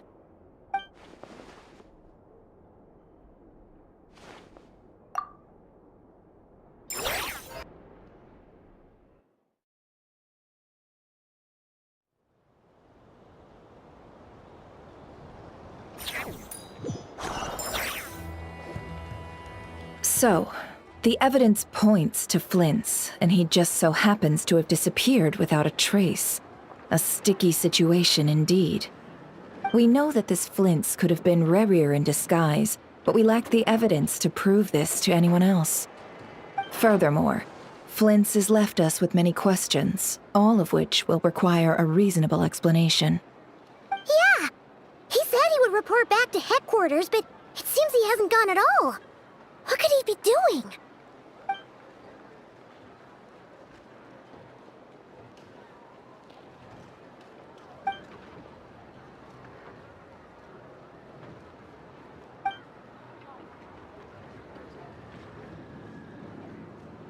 Let's approach the issue this way.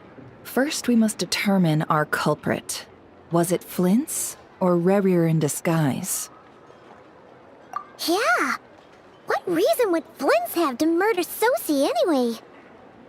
None, as far as I know. And even if he had a motive, it would have been easier to do so out in the wild, rather than in Nasha Town. Yeah. They would have often gone out on missions together. Plenty of chances there. Yes, but there's one thing worth noting here. Remember the intel we got back at the tavern? No one has ever seen a phantom that can take the form of other humans within the Wild Hunt. This means that he has been hesitant to abuse this ability, or allow it to become common knowledge, likely so that he could act in secret under other guises. But no matter what, borrowing identities comes with risks, right? What if you bump into the person you're imitating along the way? Precisely. In other words, his goal must have been worth the risk, similar to how he came in disguise to obtain the moon marrow. He likely knew then that the real Flints would not appear and get in his way during this time. We'd have to ask Flints ourselves, I'm afraid. But we shouldn't jump to any conclusions here. We can't discount the possibility that he might actually be the murderer himself. Not yet, at least. And there are other, less likely scenarios. For instance, Rerir may have already killed Flints long ago, and been living as him for some time now. Yes, that is our ticket to a breakthrough. Then we've got to find him before the Lightkeepers do, or we might never see him again. Steady now. Our friend should be back soon. We've tracked him down to a beach north of Nasha Town. The Wild Hunt is present too, so we're putting a force together.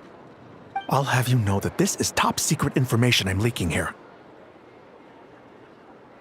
Don't worry, you'll receive a top-class reward in return.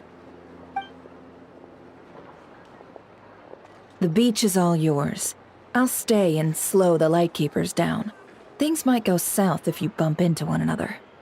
Oh right, before we go, should we reveal Rerir's secret?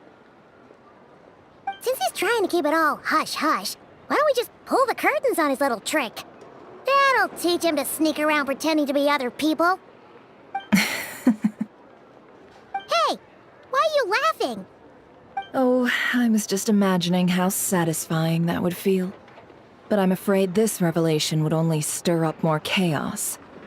Setting aside the matter of evidence, some may trust Flint's on our account, whereas others would suspect him on account of his behavior. Tossing him into a swirling tumult of public opinion like that might just give Rerir more opportunities to capitalize on. And think about it. Once people learn that he can masquerade as those they trust, would they continue to welcome friends into their homes with such open hearts? Unease grips the hearts of those in Nasha Town already. We should avoid throwing more fuel onto the fire. Yeah, you're right. You've really thought of everything, huh? Nothing for it then. We've just gotta find Flint's. Indeed. But just in case, let me stress once more. We should neither be excessively afraid of Rerir, nor trust in Flint's too lightly. This light source is of special Lightkeeper design. It provides illumination within Wild Hunt anomalies, and can briefly dispel the abyssal fog within. Oh, right. We'll have to deal with that mess, too. Yeah, this'll be important. Thanks a bunch, Nefer. You're welcome. I've charged it to your account, by the way. Hey, you!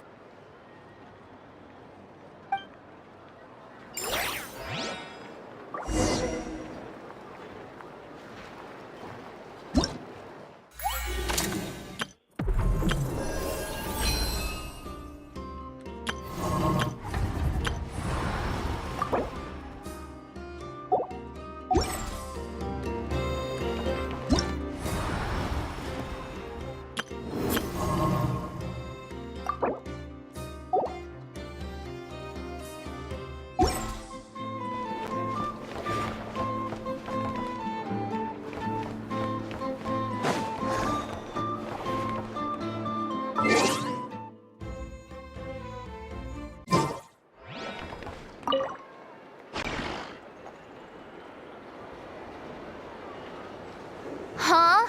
That's not the price we agreed on. What do you think you're playing at? Dear Miss Yehoda, if you manage to return the object of your next commission intact, then I assure you your reward will be paid in full.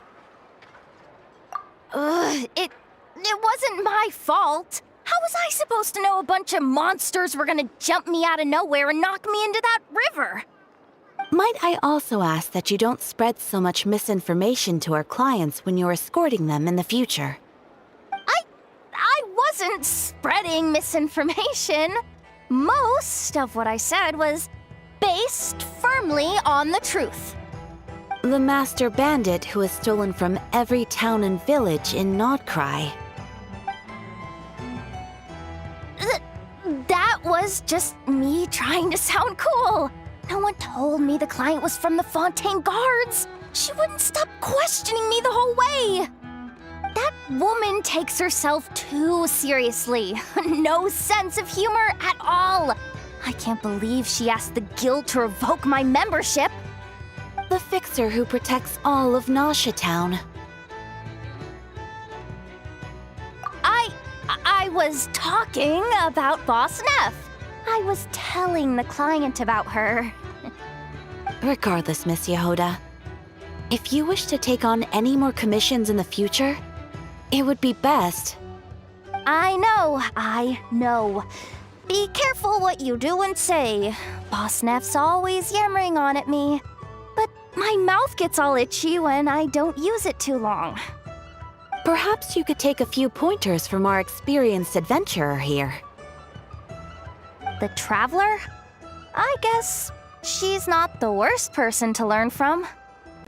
But you're gonna need to wait for me to take this reward back to Boss Neff first. She ain't gonna be happy that it's not the full amount. I feel a lecture coming.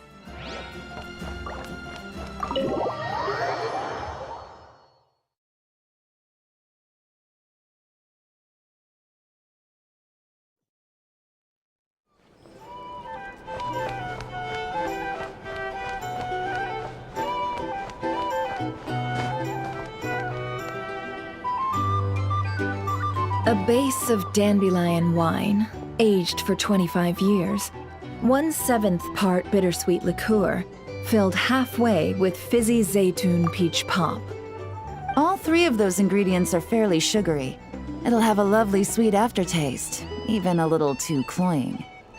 A spoonful of salt and half a spoon of powdered summer orchid leaf should cut through the sweetness in a way that's clear but not overpowering. I can imagine it now. A delightfully layered flavor. It's all down to the seasonings you sent me, Lady Nefer. Otherwise, I'd have no idea how to mix up a cocktail that so befits Nodcry. Just a little gift. I'm glad you liked it. I'll be happy to send more when you run out. Many thanks. Though I think one taste is enough where these seasonings are concerned. Besides, you sent so much I could hardly finish it by my lonesome. And my colleagues aren't accustomed to these flavors, so I can't even share around. I'm afraid they'll end up sitting on a shelf, going to waste. Can't say I'm surprised your colleagues at Liyua's Ministry of Civil Affairs aren't too keen. I wouldn't expect the flavors of Nodcry to be their cup of tea. Though, from what I've seen, might I presume that we've won you over? I wouldn't go that far, though it's not like I dislike the food here. It's good to try new things occasionally. I love your attitude. You'd make a great businesswoman. It would be nice if everyone from the Ministry of Civil Affairs were like you. Come on now, are we going to do this song and dance every time I drop by? Stop fixating on the Ministry. Never mind them. Have you managed to carve out a single foothold in Liyue after all these years? You know what they say over there. A journey of 1,000 miles begins with a single step. If I don't test the waters, how will I ever know? Don't waste your energy. No matter how long those claws of yours are, you're never getting them stuck into Liyue. Is that a warning? It's advice.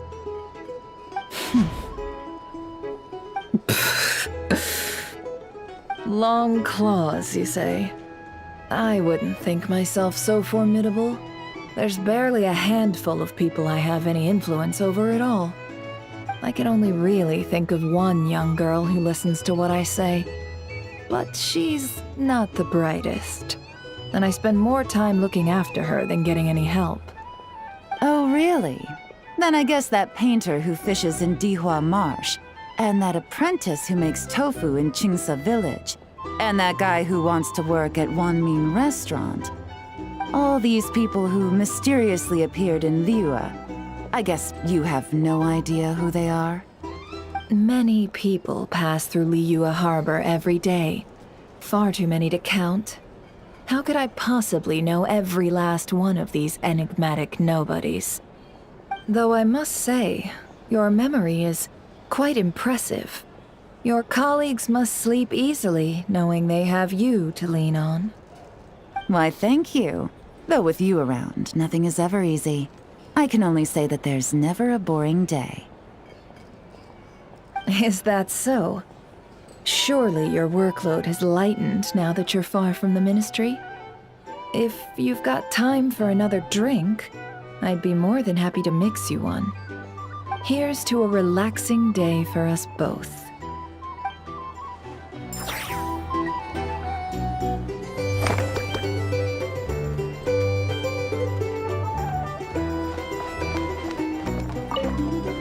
Here. Taking a moment to unwind every now and then does wonders for the mind. I'm in full agreement. Though some strings must remain drawn tight, Lady Nefer. Just in case.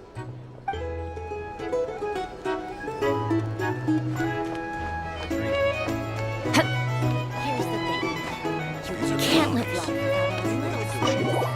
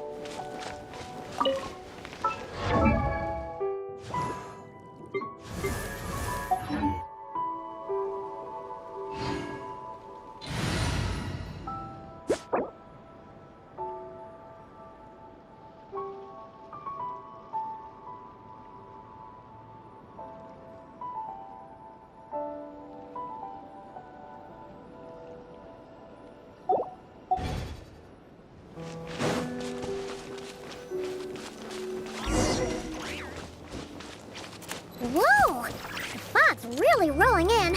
Quick! Grab the light source! Is that a lightkeeper's lantern? Is there someone up ahead? Come on, let's go see!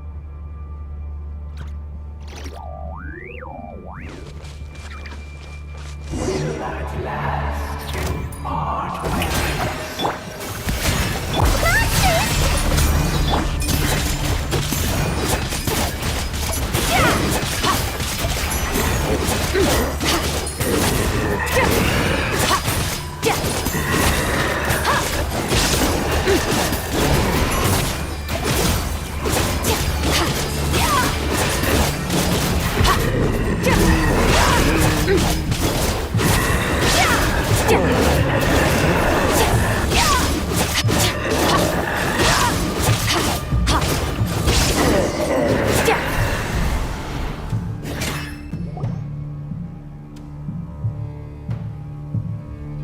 this monster was lurking near the lamp. That must have been a planned ambush. We're not falling for that again. There's something inside it. Some small device. Huh? Why isn't it giving off light anymore? Is it broken? Oh, we better take it with us.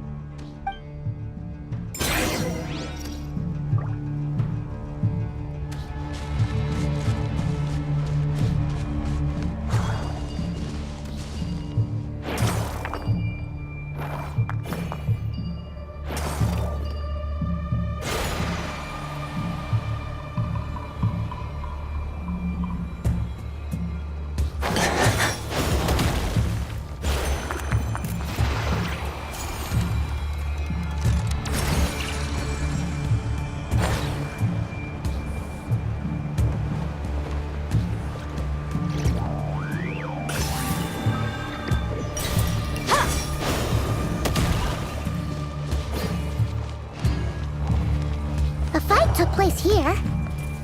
Did Flint's leave these marks?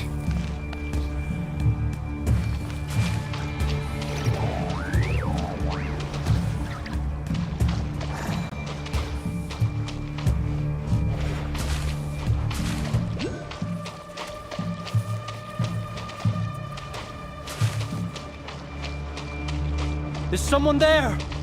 Please, help me! Isn't that Flint's voice? Did you hear that? But is that really him?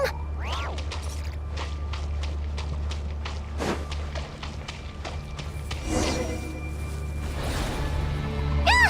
We'll be in trouble if these spooky shadows touch us! Quick, use the lantern!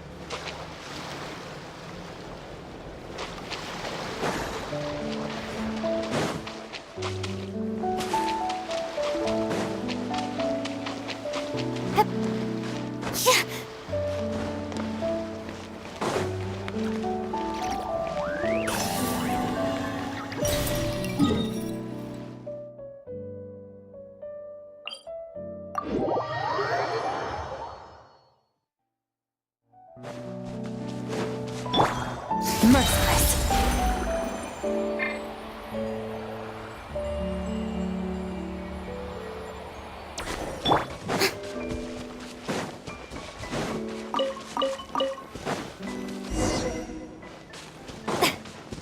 Whoa! Is that a Lightkeeper's lantern? Is there someone up ahead? Will at last. Monsters!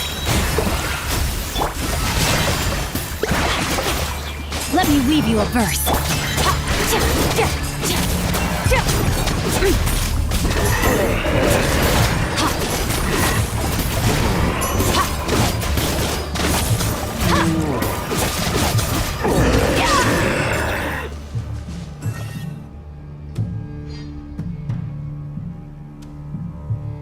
This monster was lurking near the lamp.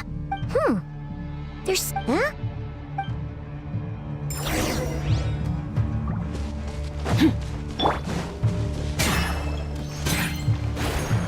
The fight took place here. Did Flint's leave these marks? Is someone there? Please, help me! Isn't that Flint's voice? Did you hear that? But is that really him? How shall the Savior save themselves?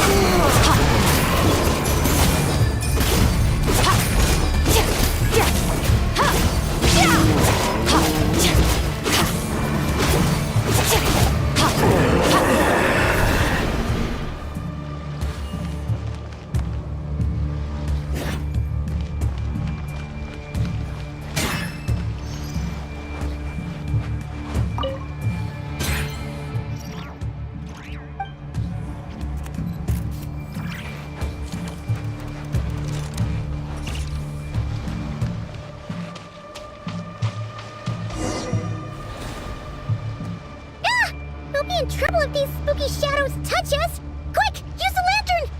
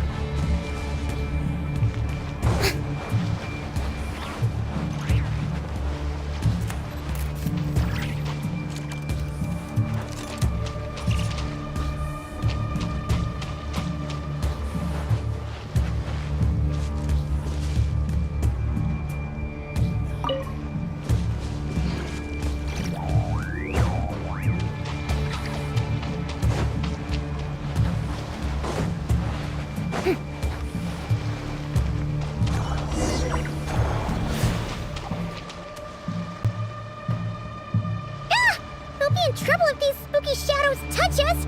Quick, use the lantern!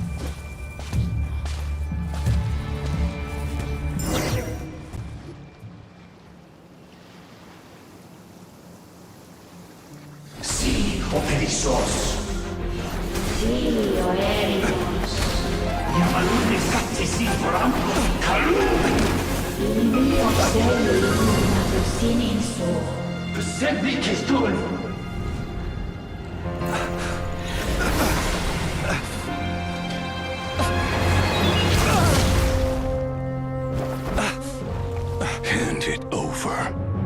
That was mine from the first. You're a fool. You again.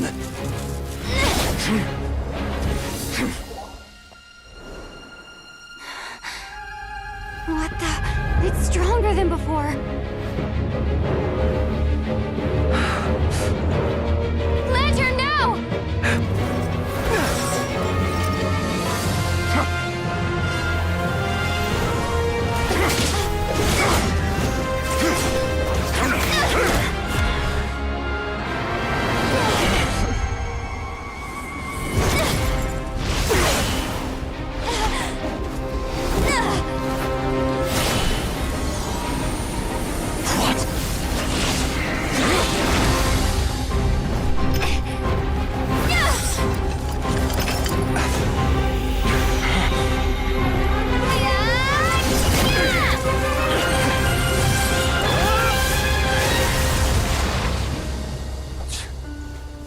It escaped again.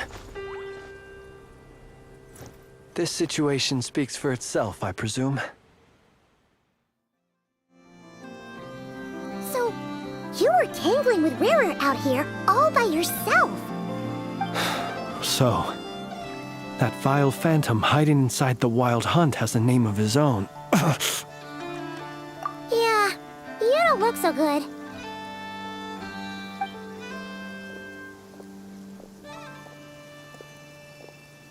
Sorry you had to see me like this. All the same, you have my sincere thanks for your aid. To think you had the power to so easily cleanse the filth staining the lantern, which tormented me so. Might I ask what magic that was? Or whose pupil you are? I believe I might have saved some face had I mastered just a fraction of such abilities. And an enviable constitution it is. A pity that such abilities cannot be acquired. Why did abyssal power just burst out of your lantern anyway? That is a long story. Many moons ago, when on Wild Hunt clearance duty, I shattered one of its cores only for a special crystalline object to fall out. I sensed a power surging within it that was at once familiar yet strangely illusory. I freely confess to being an avid collector of ancient gems, coins, and other curios. And curiosity it was that had me store this crystal inside my lantern. Afterwards, I wound up collecting a few more such crystals quite by accident, and discovered that they could merge into a single piece without my prompting. Though my understanding ends there. It was only recently that they began slowly emitting abyssal energy, which could neither be dispelled nor weakened. Is that what Rarer claimed belonged to him? That must be what he's after then! I concur. And here's the kicker. Before he was exceedingly weak. In fact, I've already beaten him several times, though I could not destroy him completely. But I noticed while engaging him that the crystal fragment would restrict my powers. As such, it occurred to me that I should hide it rather than tangle with him any longer. Alas, he has proved most fixated upon this fragment. And for some reason, his strength has grown by leaps and bounds since I last encountered him. And where, might I ask, would it be safe? Or do you think it wiser I threw it away? Were our places switched, would you discard it, knowing that its perilous might was beyond your ability to counteract, yet capable of causing greater harm should it lie beyond your grasp? Yeah, throwing it away would mean giving the bad guy what he wants. But exposing yourself to its corrosion and growing weaker by the day, that sounds super dangerous too. Only those who shoulder risks are qualified to welcome in the turning of the tide. those who flee when troubles come are nothing more than deserters. Though I shan't deny that I have your fortuitous arrival and most outstanding assistance to thank for my continued ability to speak such platitudes. Either way, it seems this fragment is now utterly still. That must have made it useless to Rerir.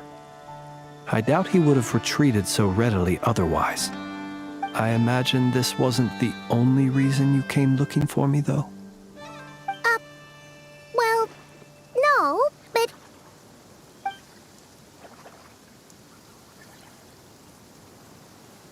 Ah. I see.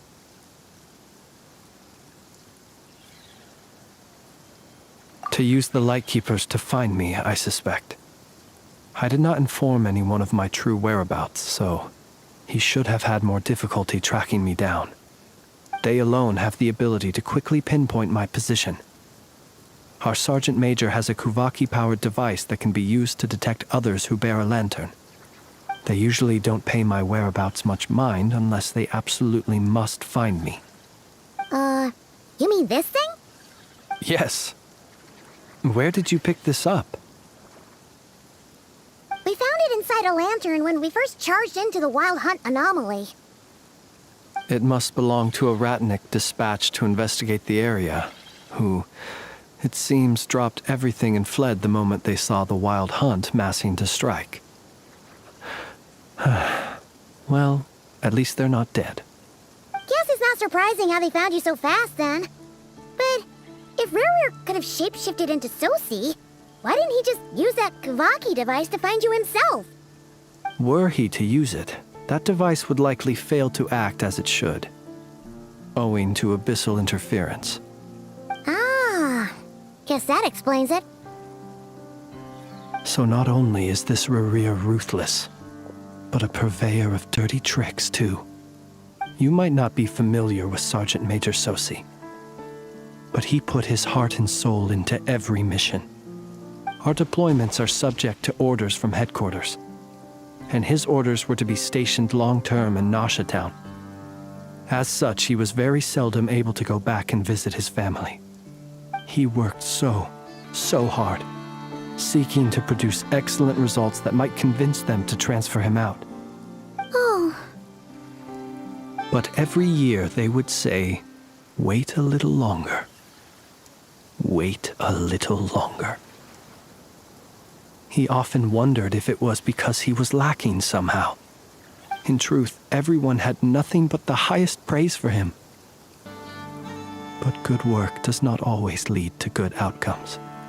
The higher-ups would think, he's doing great where he is. Let him stay there forever.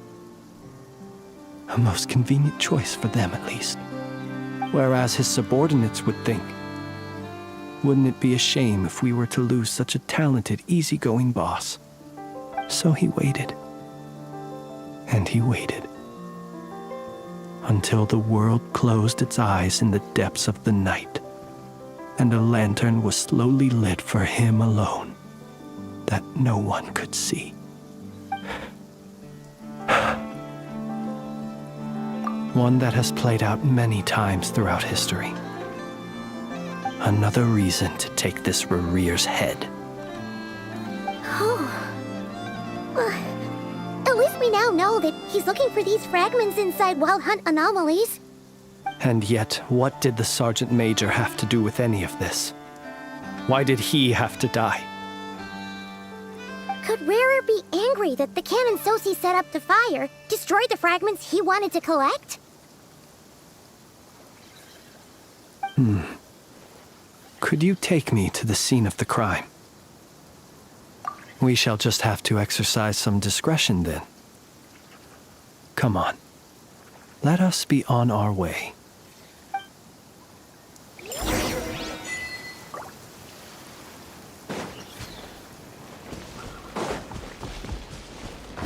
Shower me with praise! Let my name echo in song! A burst of flavor! Off to the breeze! Rain outlines your fate. Fearless. Paradise!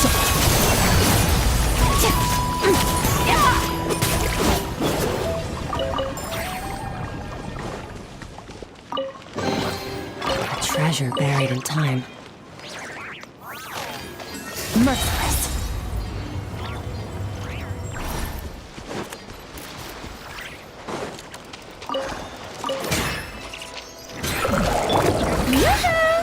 A dash of frost! Into the void! Annihilate!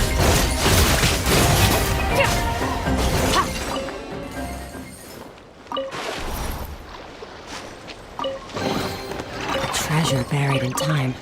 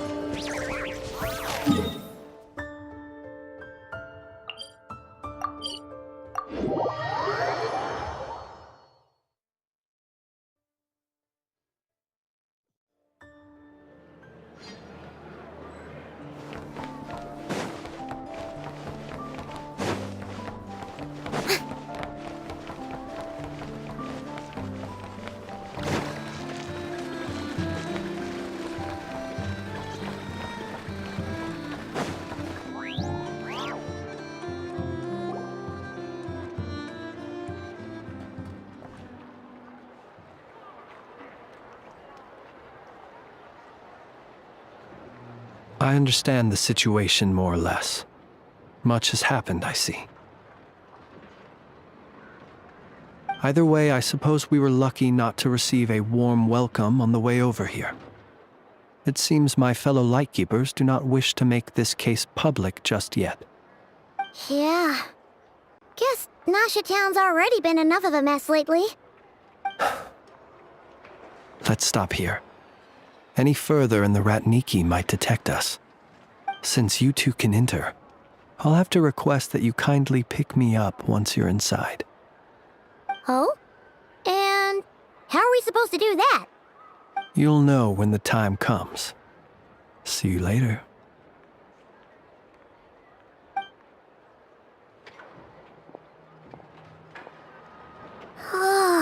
Still acting all mysterious. But he seemed pretty confident, so guess we've got to trust him.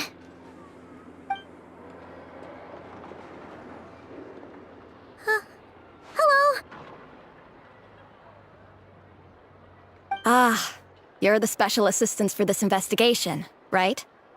Yep, that's us. Well, you're just in time. We're basically done investigating the crime scene. All that's left is to finish writing up some records. Then properly dispose of Sergeant Major Sosi's remains.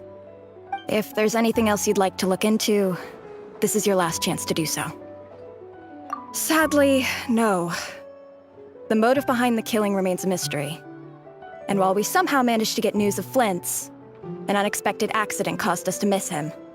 But considering that Nefer from the Curatorium of Secrets came forward to help investigate, I have no doubt that a breakthrough's not far off.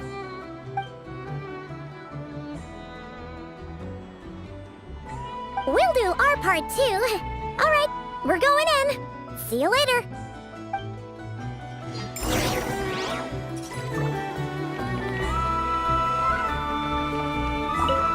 For now, please keep the current situation.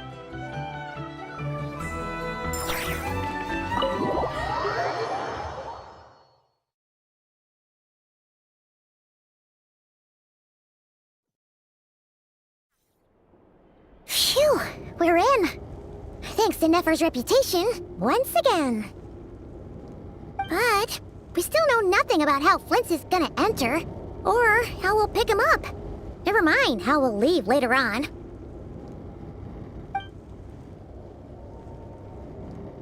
Something the matter? Huh. That looks like Flint's lantern. But where is he exactly?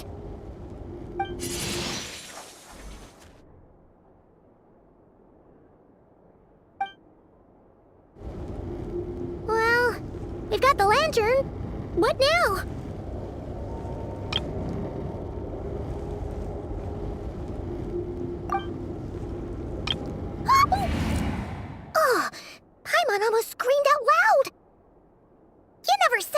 magic like that. This lantern may have a rather peculiar shape, but so long as it doesn't glow, it won't stand out in the dark. I calculated that you would have already entered, so I chose a spot visible from the window before using light to send you a signal. As I thought, you're both sharp-eyed and on the ball. The perks of being veteran adventurers, huh? Your composure is more impressive still. You're right. That required a little trick of my own. But let us leave such trivial topics for a more relaxed moment. Our time is limited after all.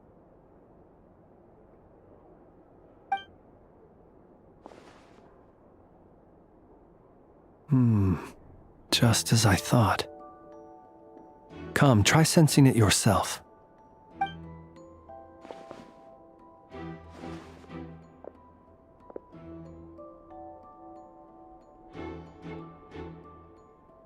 Identical powers must flow from the same source. It was the wild hunt, then, that took my form and killed the Sergeant Major. But why do this? To sow chaos by depriving the Lightkeepers of one of their commanders?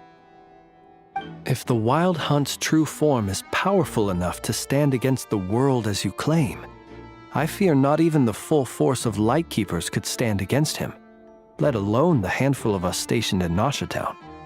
He would have no reason whatsoever to pick quarrels with individual ants.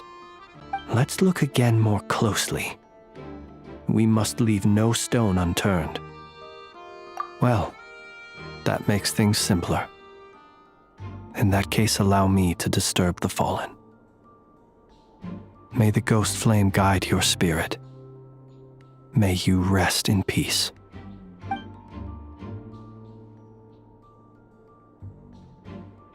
When we fought, he seemed like quite a reckless foe. Certainly not the meticulous mastermind type. Yet here we are, grappling with this enigma he has left us. Oh, if we can't get any leads, we might have to go back and find Nefer. Oh, the longer we're stuck here, the likelier he is to achieve his goal. Oh, this is so frustrating!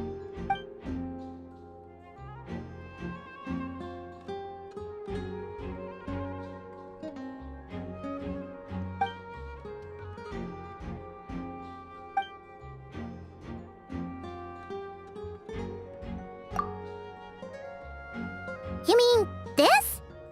I'm not well versed in machinery, but that means his mechanical arm is malfunctioning, right?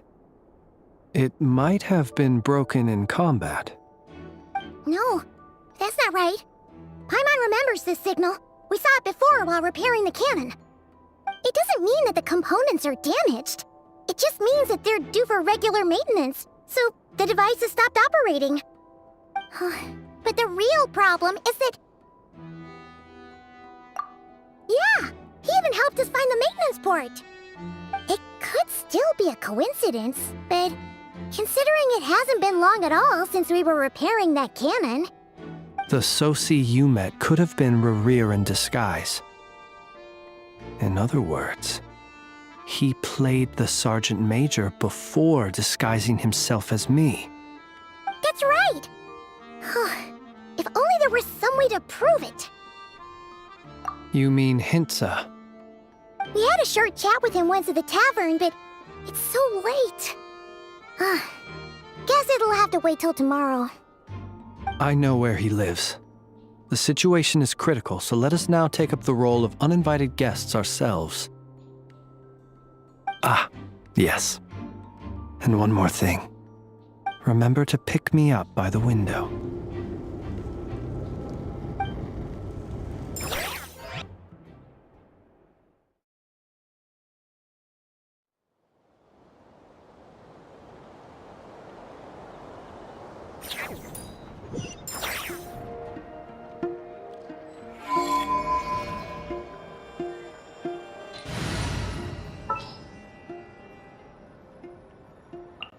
A pleasure to fight by your side.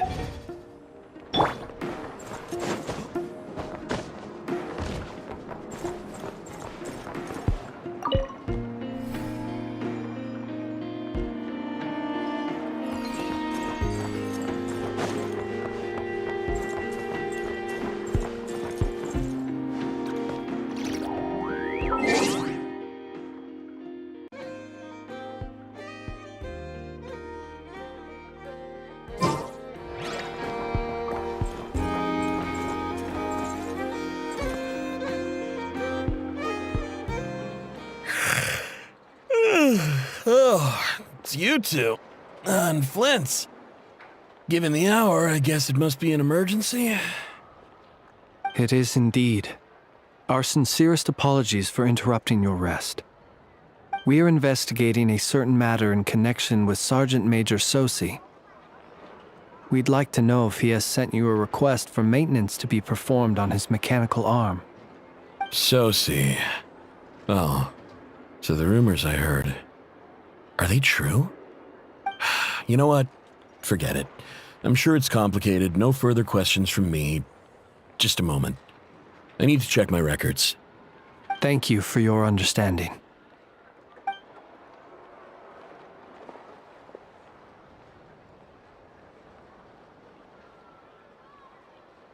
Got it. 8 days ago, he came to request a round of regular maintenance. But as it happened, I had run out of the required components. His mechanical arm is especially sophisticated, having been designed by Aino personally. The parts, too, could only be made by her. As such, they usually take several days to arrive. In fact, this time, he even asked me if we could push his request forward. And I understood, completely. Not being able to use your hand, that's rough for anyone. But even more so if your job involves fighting out in the wild. So I did my best to convince Aino to rush the job. And eventually, the parts arrived. 3 days ago, if I remember correctly. I sent word to the Lightkeepers immediately, but he never showed up. I assumed he was just out on some mission or other. What's with those faces? Everything all right? You've provided us with some very crucial information, Hintsa. You have our thanks. We can't make everything public yet, but once our investigation is complete, I will return to thank you and provide an explanation on behalf of all the Lightkeepers. No worries. Just glad I could help. Thanks. Good night. Good night. Hope the investigation goes well.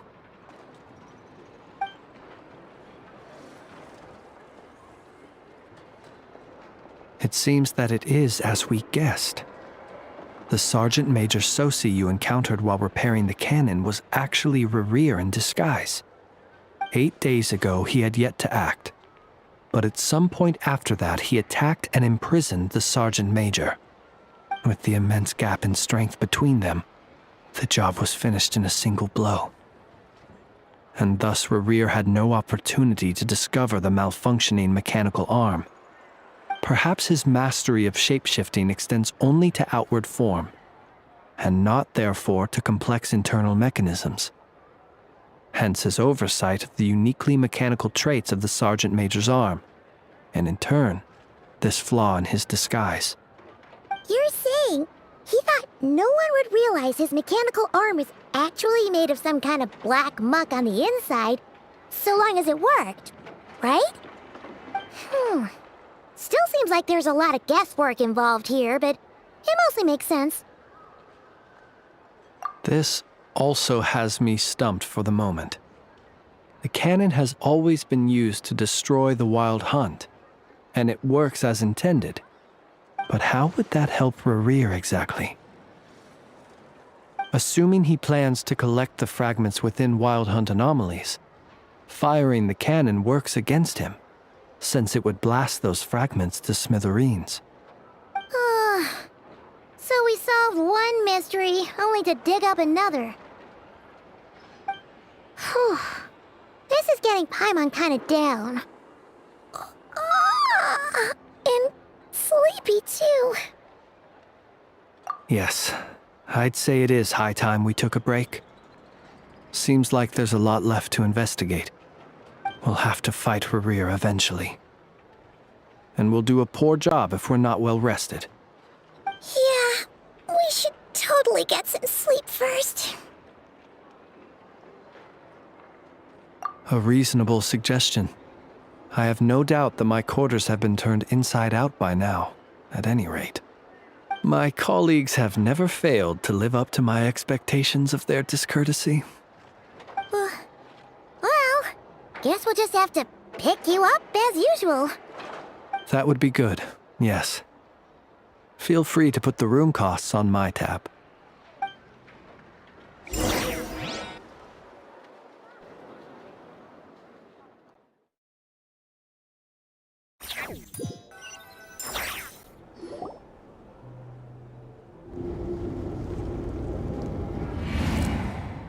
Phew!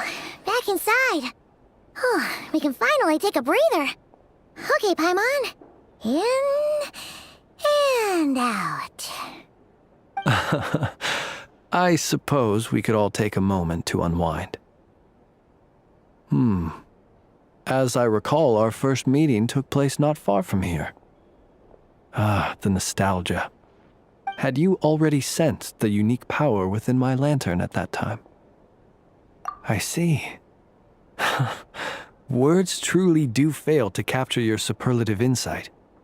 Fortunate then that abyssal energy was only leaking from the fragment in minuscule amounts when we first met. Or I might have been in for a real interrogation. Yeah. Hard to say how that would have played out. We've had a whole bunch of unpleasant run-ins with the Abyss. You mean to ask why I'm going this far to oppose him? Well, as a light keeper, I'd say I'm simply doing my job. Yeah! You're covered in more mysteries than Paimon could shake a skewer at. You can't just get out of explaining yourself by making lame excuses. All right. I suppose I do owe you some honesty, whether out of gratitude or the need to build trust. Your deductions have been quite correct. Should one wish to conceal oneself within a lantern, elemental power alone is not enough. You know humans well, and naturally you understand their limits. But some things that humans would consider difficult are quite normal in the eyes of non-humans. So, you mean you're one of the latter? Have you heard of how Snezhnaya was once the realm of the Fae? This race is no longer of any importance, but they still exist, as evidenced by the fact that I am standing before you. We've heard some scattered legends, but that's all Paimon thought there was to it. I once turned my heart toward humanity, and thus did I experience loss. I once labored and did much, and put an end to my tale with my own hands. When you realize you are floating in the middle of a vast ocean, you cannot help but feel that swimming in any direction would be equally meaningless. Would it not be better, then, to simply sink? But before I could sink to truly lightless depths, chance had it that I should be awakened by a band of Ratniki. They were facing a horde of abyssal monsters, and could not last against such a disparity in strength. Yet none fled. Those who dwell in darkness for long enough become exceedingly sensitive to all light. And the first light I saw upon awakening was that which shone from their eyes. Is that why you chose to help them? Perhaps I was moved by their valor. Perhaps I simply saw my past self in them, and was moved to action for the first time in a long, long while.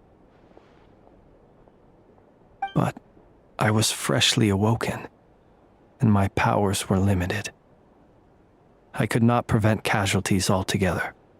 The survivors and I buried the fallen heroes. That was the origin of the final night cemetery. Well, not exactly. I was just more familiar with them, so joining up seemed the most convenient way to experience human life. Doesn't sound too believable.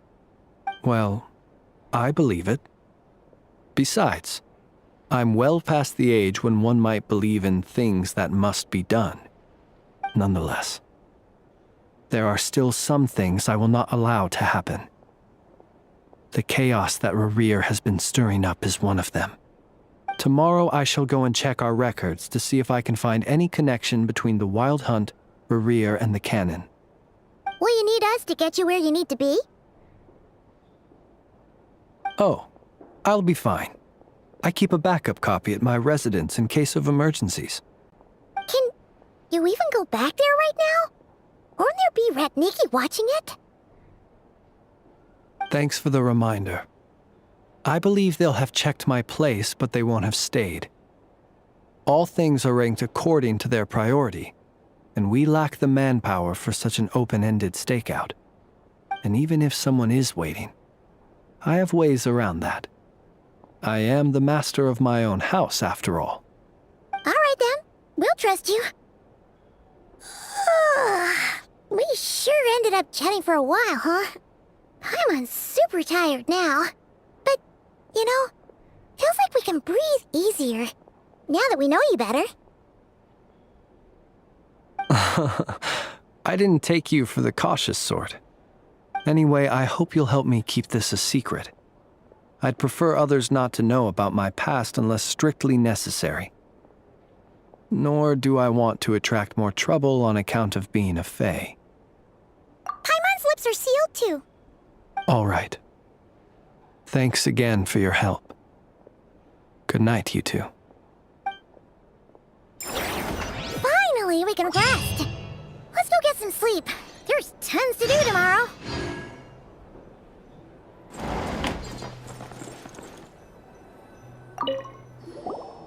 It's getting late. The situation is urgent, but rest is vital. Good night, both of you.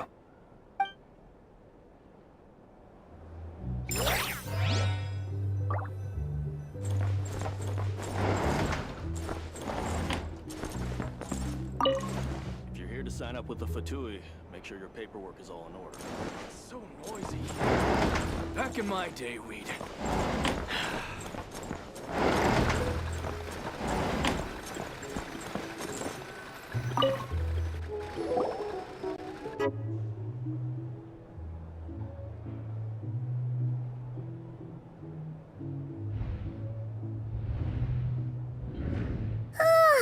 So much noise. What's going on this time?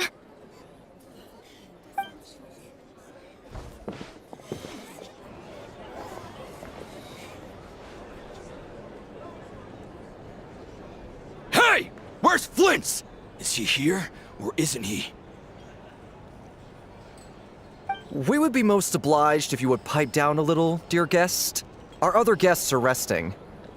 Resting? We're all about to be done for, and you're talking about rest? Flint's is a wild hunt shapeshifter, here to deceive us all! If we don't get rid of him now, there'll be no end to this! You'd better give him up. If anything happens, your business here is done for. You want that, huh? Or are you in cahoots with him? You with the wild hunt too, huh? What happened? Did something leak out? But we were so careful last night. How did anyone see us? What do you mean? This is so confusing! What do we do? These people are no match for Flint's, but they're super heated right now. It's not like all the unusual stuff about him will make it any easier to explain either. Okay! Hey! Let us in now! My apologies. My apologies. Hold on! Calm down, everyone! What in Tevat is the meaning of this racket? Are you intent on depriving both the Voynich Guild and the Curatorium of Secrets of even a moment's rest? Boss, do we really have to entertain people who don't respect the rules? Call a few of your boys and have them thrown out. And what hole did you crawl out of? A watering hole, of course. The one you've just disturbed. A place to get a moment's respite from all the recent unhappiness, and to escape from all this talk of the wild hunt, or strange ghosts and phantoms. Who'd have guessed people like you would come bursting in, shrieking louder than any ghoul? This is a matter of utmost importance. We've got solid evidence. All we need now is to confront Flint's face to face. Exactly. And you sure don't look like an impartial party either, Nefer. Oh, don't I now? How about this then, boss? Let them do their search. If they find their man, they can have their little chat. But if they don't, then they owe everyone here an apology, as well as compensation for all the racket they've caused. Wait, it's... All right. I suppose that's the only way. If we don't let them in now, they'll be back sooner or later. What a mess. Oh, all right then. Well, I'd say that sounds like an impartial proposal. What say you? Or are you suddenly unsure of yourselves? Come on, everyone! Move it!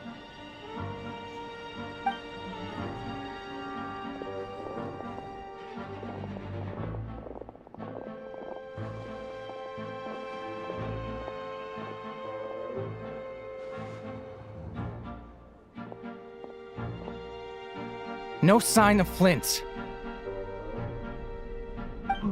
But how can that be? Hasn't he always stayed here?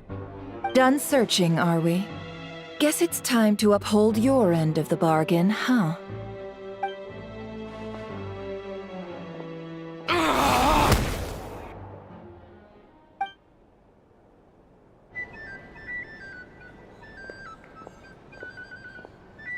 So, Paimon, you've been waiting to ask me something, haven't you? Yeah, how did they even find us here? My inside man with the Lightkeepers informed me that you paid the crime scene a late-night visit. I surmise that you must have rendezvoused with Flint's and obtained some new information. Then, early this morning, a group of people gathered at the town gates, news spreading amongst them that the Wild Hunt could disguise itself by taking on familiar faces.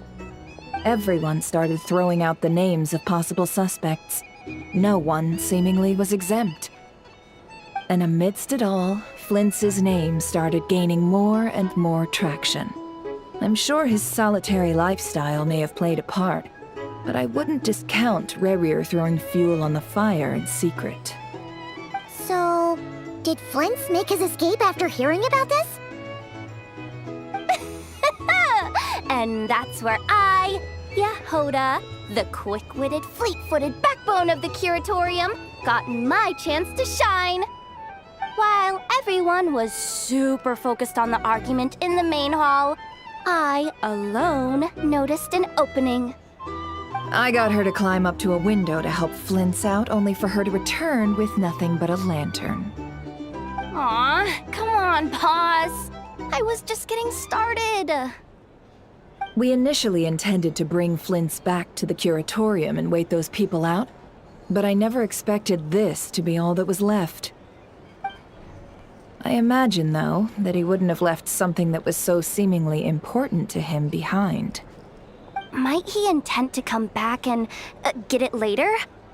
Maybe. I'm not sure. Well, he's out of harm's way now, so that's not super important, right? Oh? What Paimon means to say is, we got lots of new intel to share. All right then. Yehoda, contact the others. We're going to need all hands on deck. Let's have this discussion over at my place.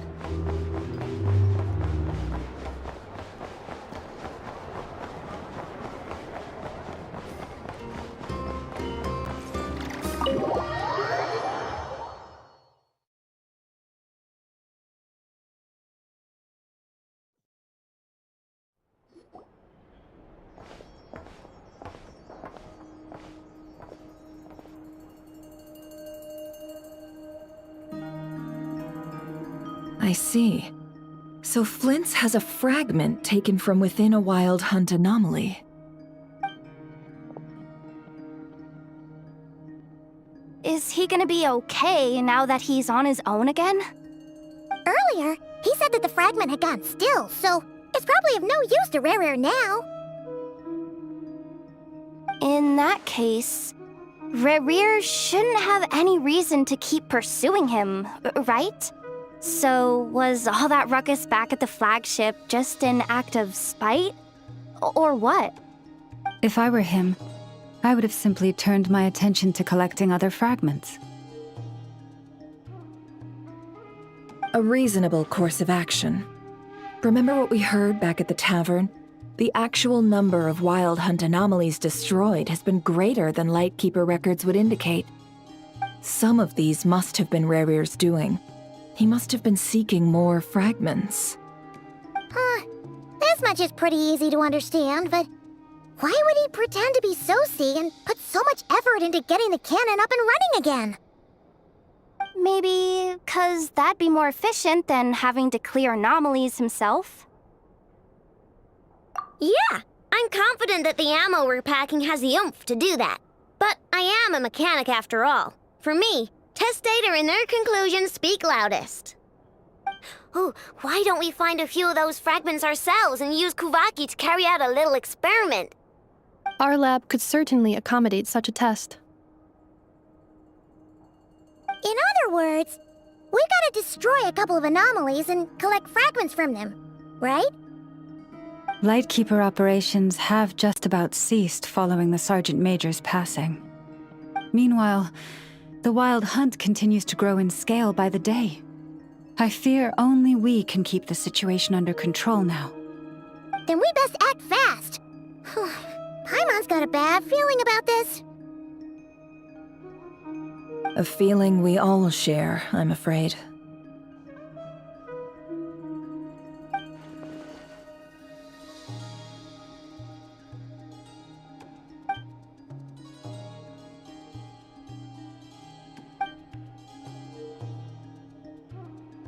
There are 3 Wild Hunt sites that must be dealt with urgently. But I believe we have the capacity to handle it. Works for me. Nefa and I will take our workshop assistants to deal with one of the sites. The Curatorium will handle another. And we Frostmoon Scions shall deal with the remaining one.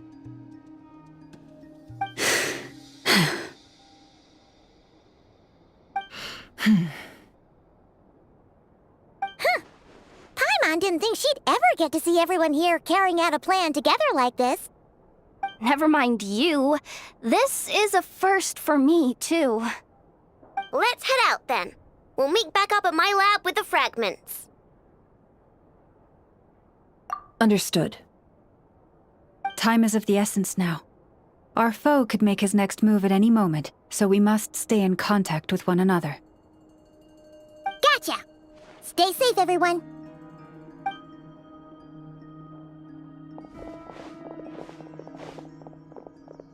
Huh. Anyone seen the lantern? Has Flint's dropped by already? Well, considering what you said earlier, you know where we're going next, right?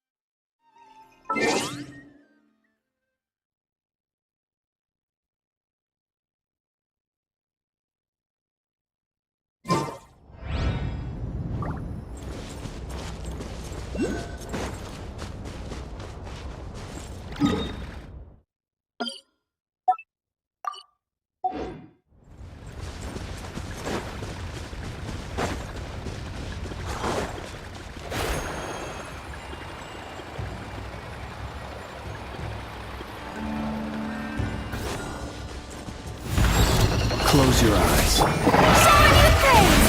Time to shine! Ha-za! The pinnacle of excellence!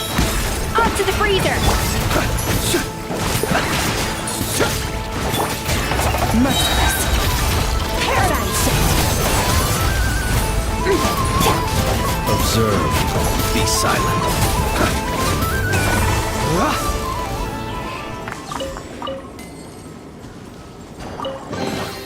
Goodness, how the world has changed. Might I ask, when did the custom of placing treasure chests in every nook and cranny come into fashion?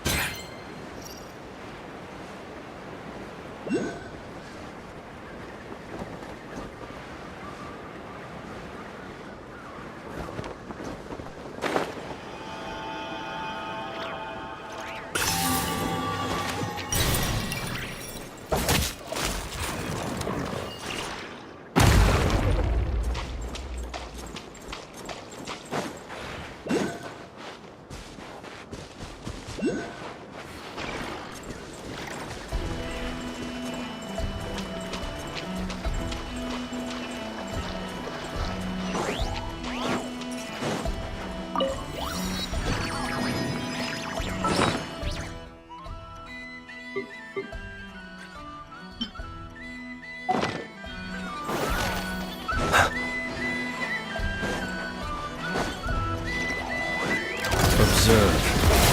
Close your eyes. Yoo-hoo! A dash of frosting!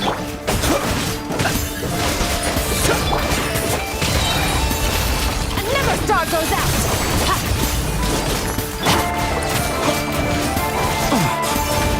You'll Surge!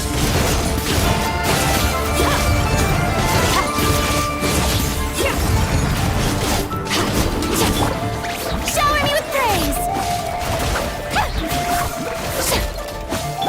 Off to the freezer!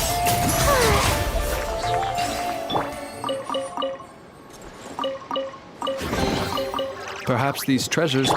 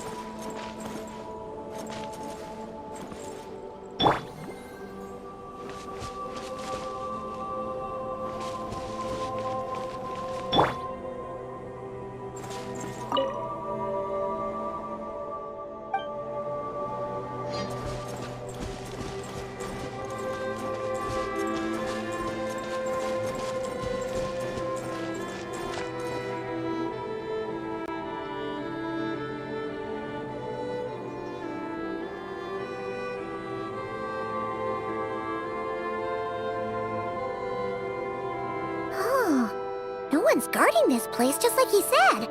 But, where do we find the information he mentioned?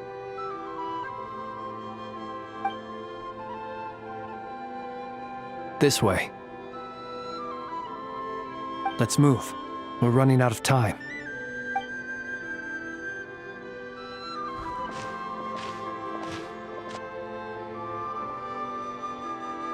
Ah! There you are! Okay, let's split up and make this happen. Or not! How are we supposed to read through this many files? Difficult, yes, but it is also our most efficient option. To expose the true intentions of this Rereer, we need to dive into Notcry's history. Hope we don't land on our heads then. Ah! Ghost! That file suddenly moved by itself! This is a graveyard, right, Flint? Do these things just kind of happen? Many strange things happen here, but this is not one of them. But that file really did move by itself! Hey, come out! Don't scare Paimon like that!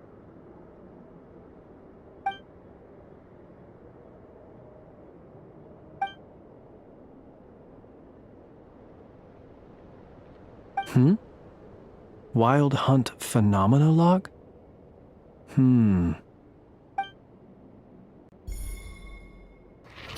Another file's moving! Are we being given hints? I feel no hostility. On the contrary, it seems we're being aided somehow. Really? Hey! Seriously, another one? Okay then. Paimon will read this one.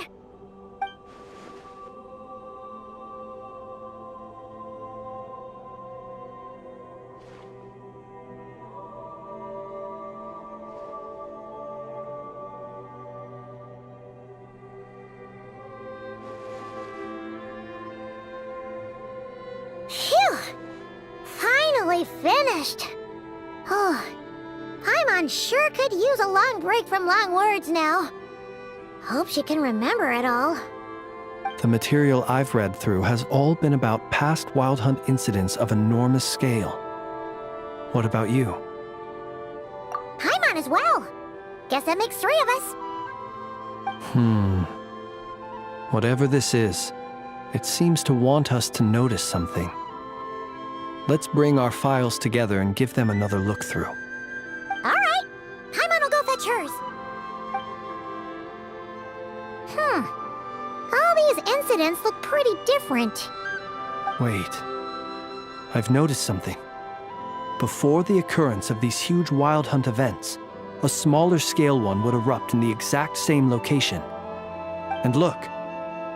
All these smaller scale Wild Hunt site reports share a common outcome. They'd be detected, but would go inactive before any forces could be sent to deal with them. They could then be sealed directly using a tide seal stone. Huh? But why? Some of these records are too old. I doubt he had regained the ability to act freely yet, or we would have met long ago. Ah! And here's another similarity. Kuvaki and nearby soil completely drained. Could this be important somehow? Kuvaki and the Wild Hunt are mutually opposed forces.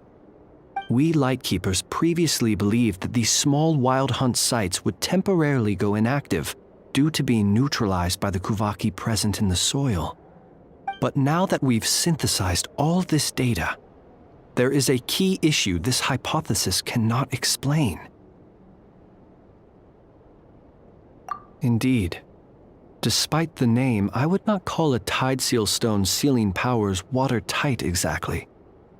But for it to fail and the situation to deteriorate in such short order. Paimon feels like she's almost got it.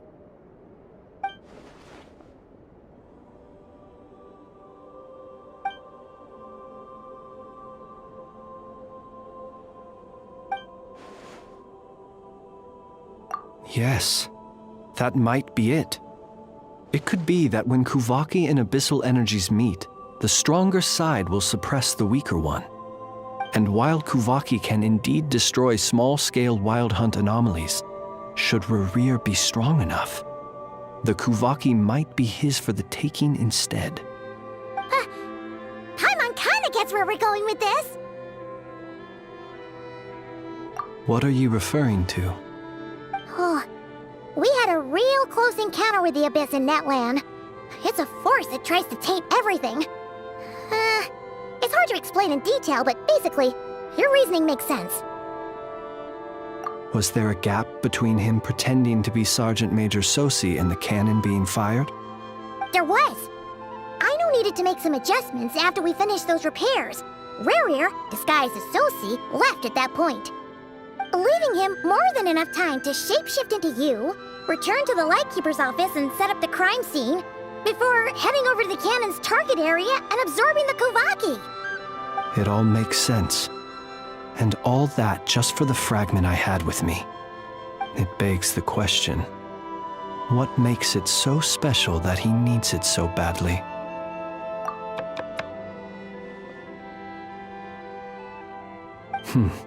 That's odd.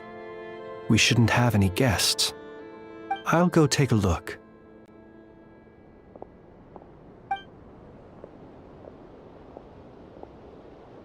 Ah, it's an ibis.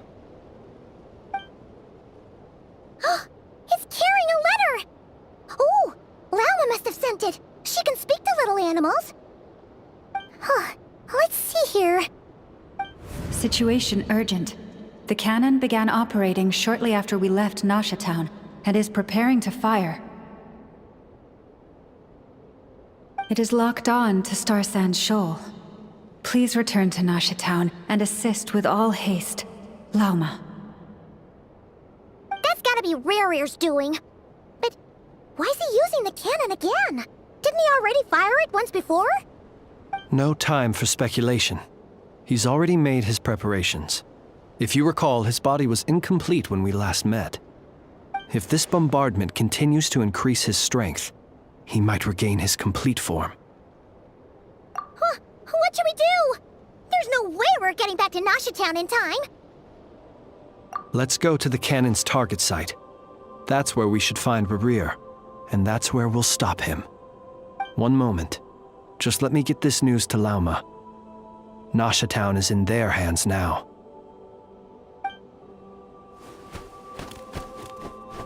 Go! Fly! Not a moment to lose!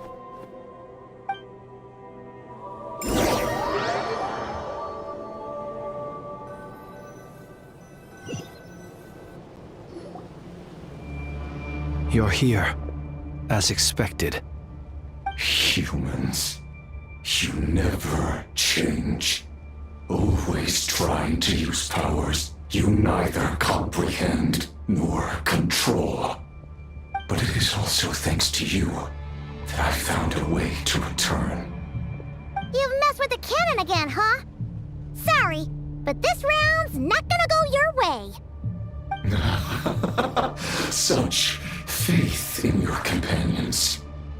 But will the inhabitants of Nasha Town understand why they wish to stop the cannon? I think not.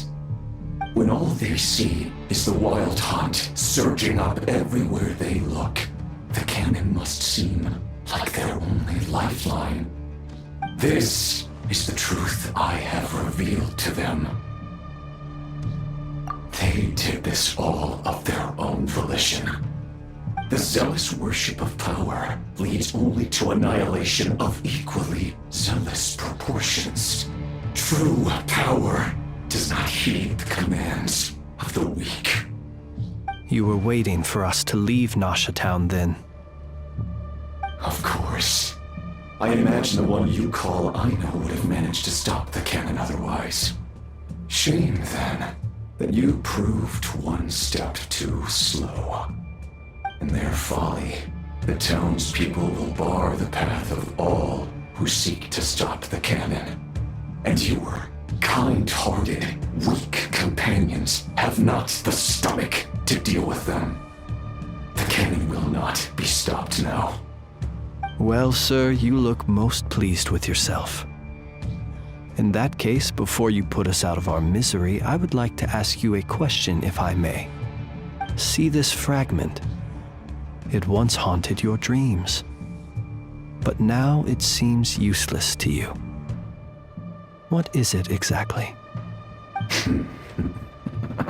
That is my corpse. Sorry, what? My body was once torn into countless pieces and hurled into the swirling chaos of time itself.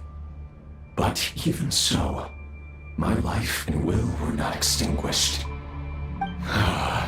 Every last fragment calls to me. Sooner or later, they shall welcome my return. What are you even saying? Huh. So the terror of the Wild Hunt was in fact caused by scattered pieces of your corpse. I guess they don't call you one of the 5 sinners for nothing. Serendipity guided the fragments to construct an incomplete version of myself, upon which I began collecting more within Wild Hunt sites across the land.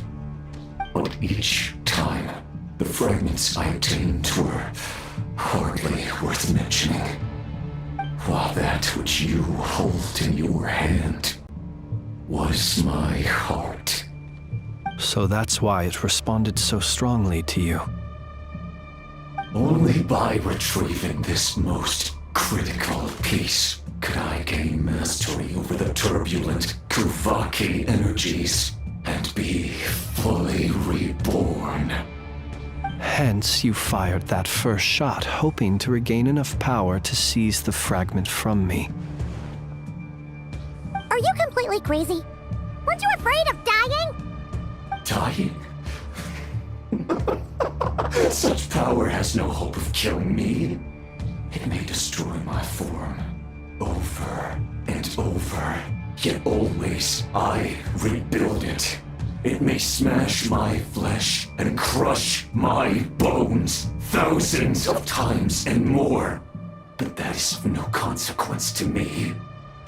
What truly infuriates me, however, is how you've destroyed my heart. All that suffering, everything I endured, and all for nothing. I've adapted to the strength and flow of this Kuvaki. The next cannon shot will multiply my strength immeasurably. It will not be a full restoration, no, but it will be more than enough to destroy any in this world who stand in my way. Still, I suspect the Kuvaki will have rendered you down to nutrients for my consumption well before you have the time to kneel before me. Traveler! Behind you! Look at that light!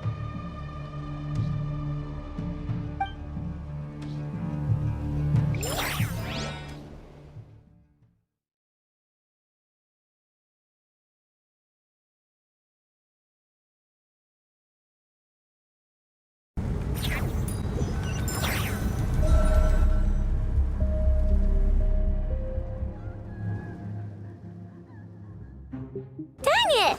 Who fired up the cannon without my say-so? Its defensive barrier has also been activated, likely in anticipation of interference by malicious actors. The air is thick with fear and anxiety. It's spooking the birds and beasts. What exactly is going on? You're here. Looks like this was all part of Rarir's plan. Not only did he plant seeds of suspicion in people's hearts, seems he's now igniting them. Yehoda's gone in to scout out the situation. She'll be back any minute. I'm back! I'm back! Oh, it's bad out there. Rumors flying everywhere you turn. Something about the Wild Hunt preparing to spawn a wave of monsters, the likes of which we've never seen before. But that's not even the worst of it. Lots of folks don't even believe the cannon can prevent this crisis, so they're getting ready to make a run for it. Others are trying to make a quick buck out of this whole mess. How could they still be thinking about Mora when such a catastrophe is imminent? Unprecedented danger brings unprecedented opportunities in its wake.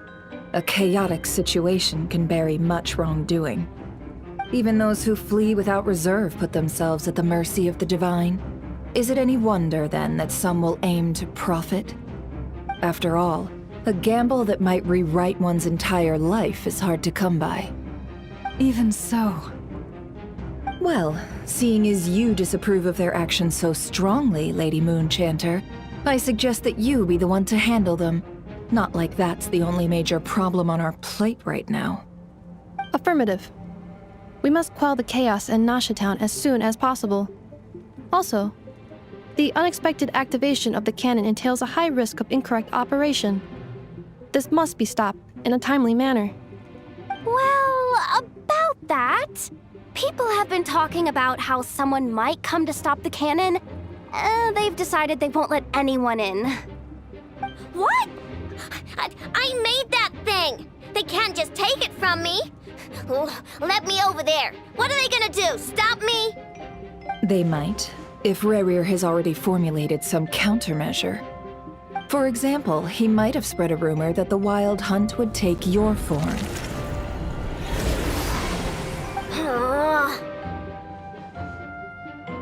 Possibility high. If they view the cannon as Nasha Town's only hope, they are likely to conclude that anyone who tries to stop it must be with the Wild Hunt. We will face strong resistance, but they're just ordinary people. Brute force must be avoided, if possible. There's no time.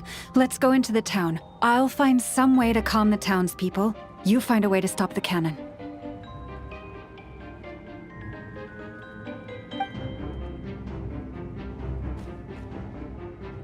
Oh, you're back.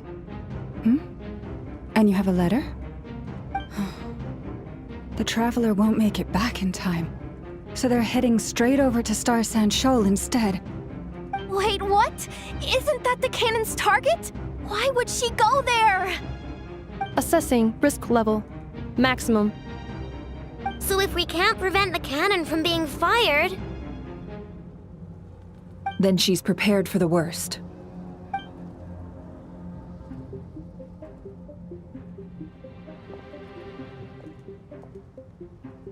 And we must ensure that her trust in us is not misplaced.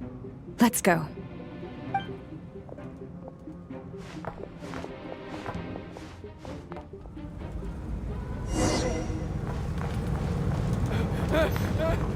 Someone help me!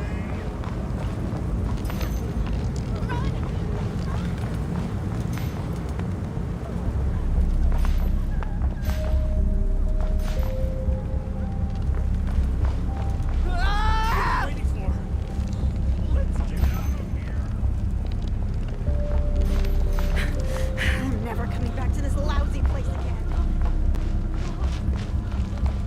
Move it! Out of my way! This place is burning too!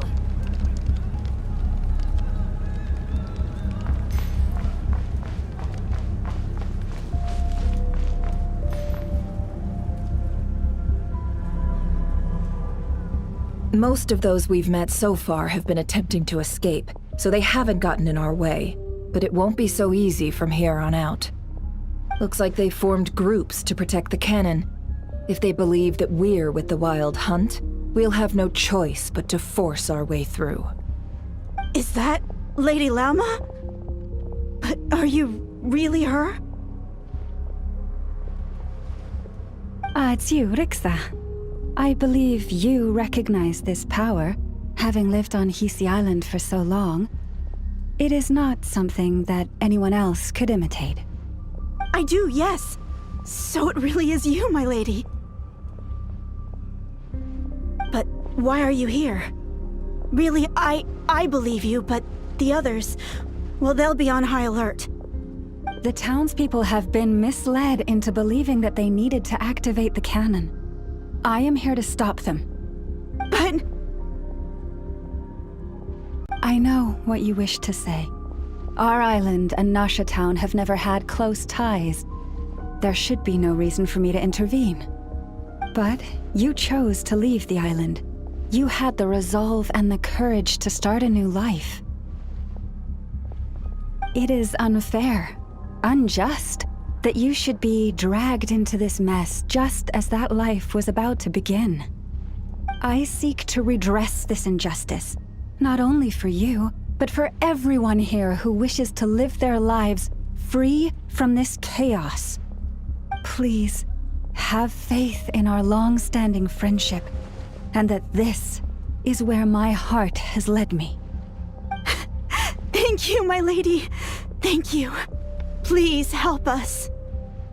Then come. I need you to step forward alongside me, and to do your part too. All right, I understand. Seems we chose the right person for the job. All right, everyone. Let us meet again later. Huh? You're not coming with us? We won't be able to calm this storm by our power alone. As such, I'll need to contact some, let's call them friends in high places, shall we? Let's go, Yehoda. Okay. See you again, everyone. That is, if we can.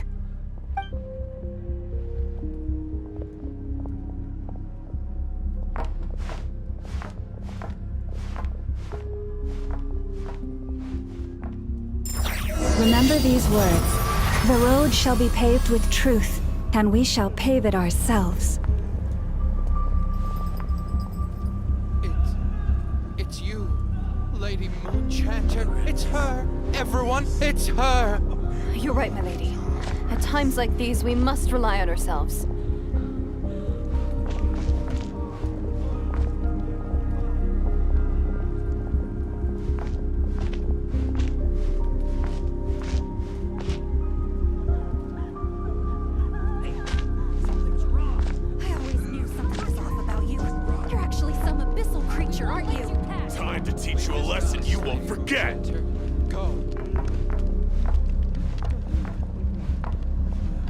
Please, calm down. They are clearly innocent.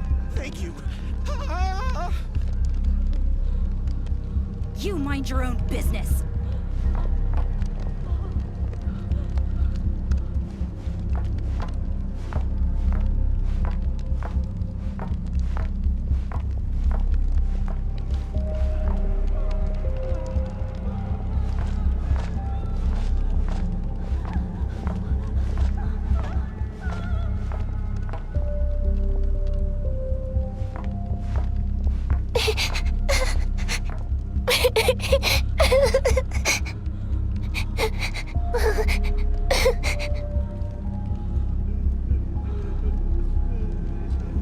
Lady Moonchanter, there's a child here!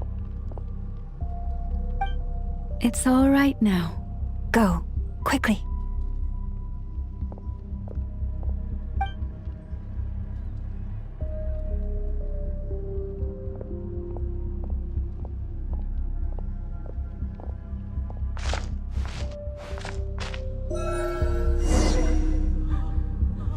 You wretched monsters! You're not getting anywhere near the cannon!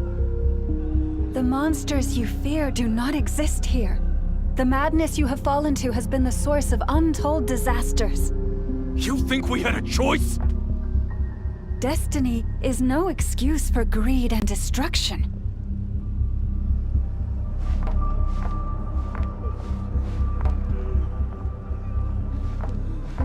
The choice has always been yours to make, and it remains so, even now.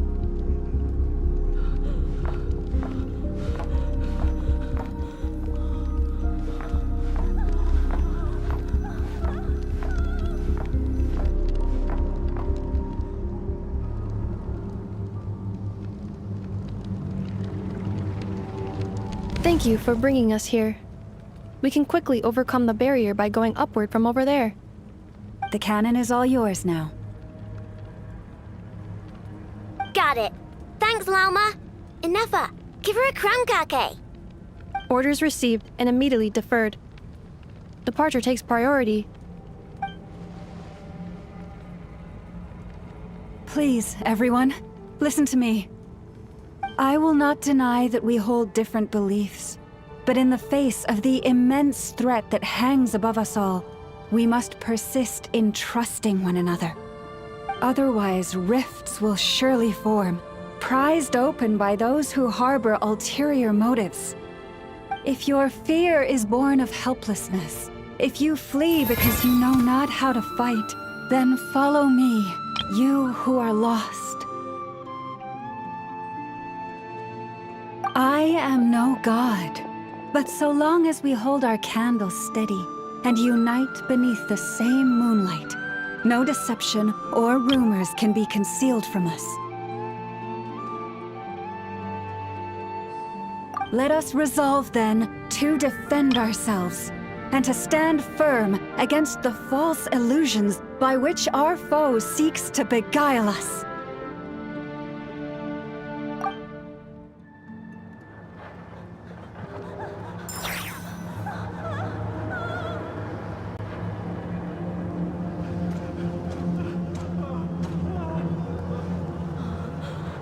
Let's go, Anafa. This way up.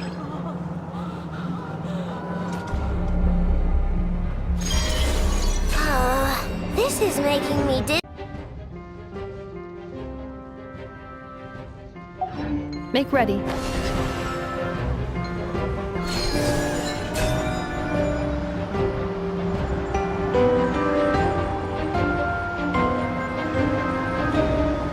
Out of the way, small fry.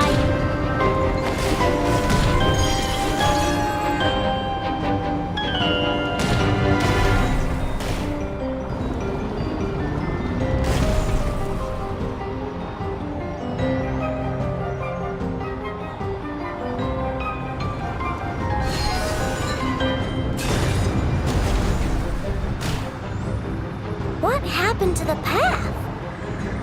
Track missing. Fall imminent. Come on, come on, come on! Get out of there! Whoa, nice!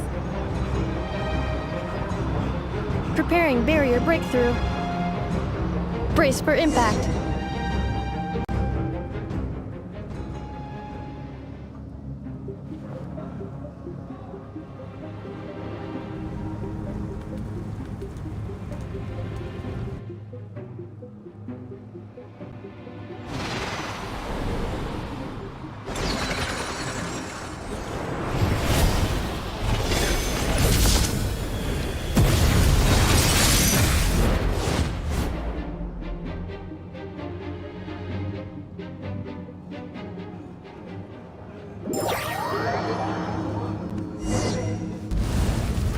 Knuckle Duckle, what are you doing here?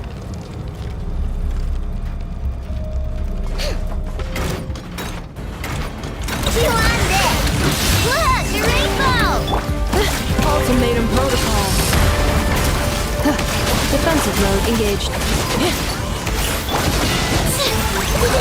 Go claw! Ding dong weather bomb!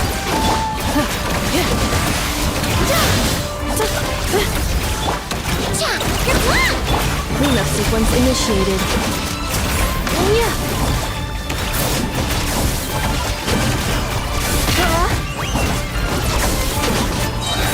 Annihilation mode.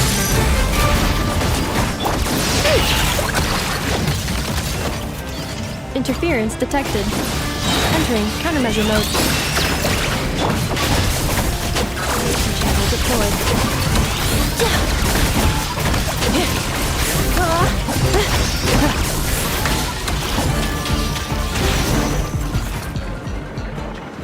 This isn't good enough, we gotta hurry! Scanning. Kuvaki ammunition fully loaded. Preheating complete. The cannon is going through its final pre-fire checks.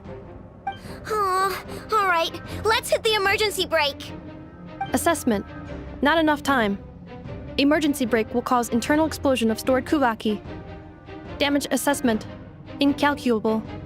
Nasha Town likely to be blasted skyward. No, I mean a manual brake, the primitive kind! A manual brake. Understood. Roger that.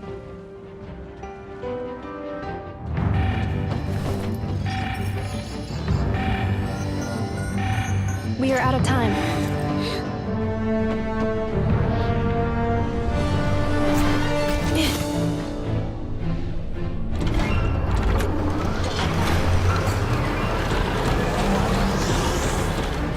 All your efforts have been futile.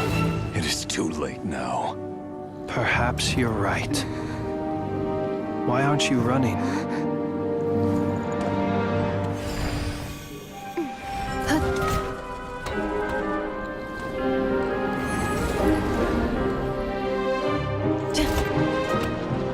Sigi sato passa sax, intimi potutos. In necritus necrus baptisi, celis omnes tu zonos pentusi. Os esticos palatini piratur resurcu, topirtu aetion veratum.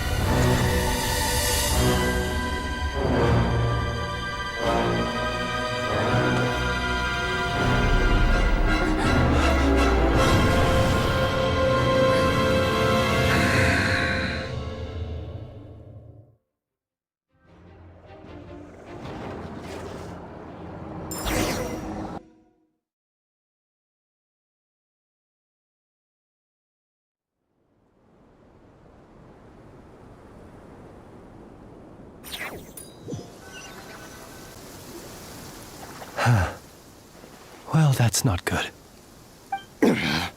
Sluggish. Torpid. This body is a disappointment. I can barely muster 10% of my original strength.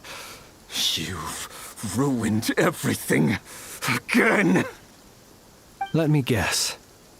You didn't get a human body back, did you?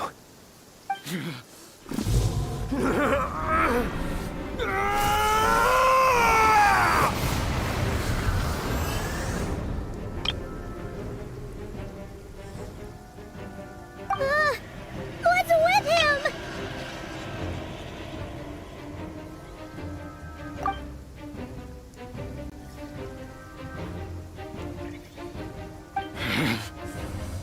Verfnir. Rheindaughter. Flinders. Flinders. Watch out! Whatever rationality he still had when he was searching for his body is gone. All that's left is the calamity you see before you. A monster fueled by nothing but his own obsession. Matters not. Having a heart. Being human. It's all irrelevant. Completely and utterly insignificant. You matter not. Does anything in this world. None of it matters to me!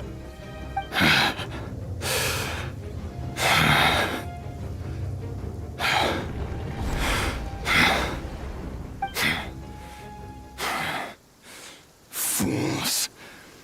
Time to die!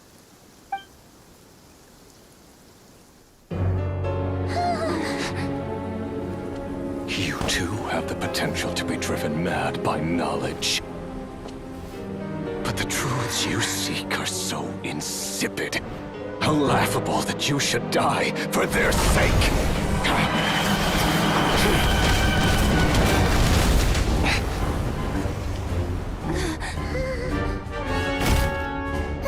You're wrong. The unknown is but a fog to be dispersed. Knowledge is the true pillar of the world.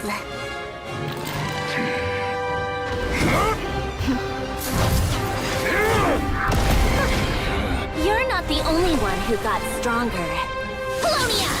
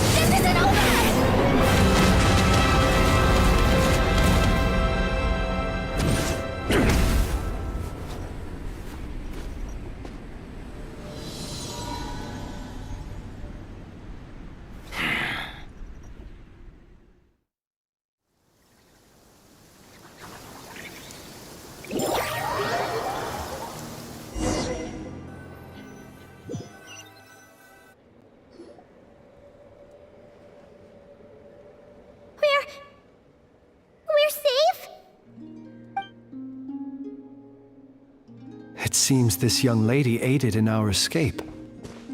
You have my sincere gratitude, dear madam. The flowers here bloom in such peaceful silence. I imagine you would not have invited anyone here were it not an emergency. Oh? I take it that means you've been here before then. In that case, I count myself fortunate to be your associate.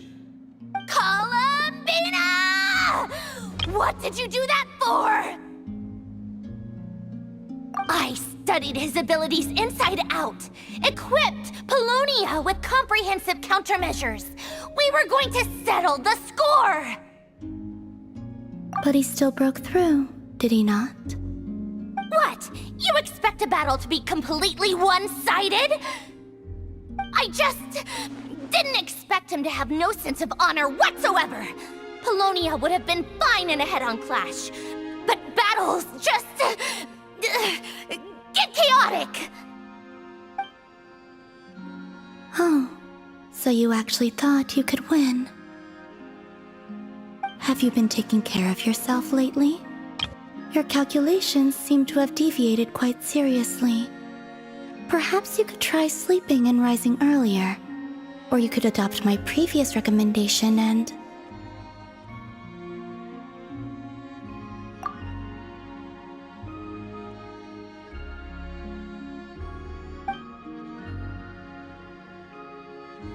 Listen here, Columbina. I tolerated your nonsense previously because we were colleagues. There's a Fatui warrant out on your head, and don't you forget that.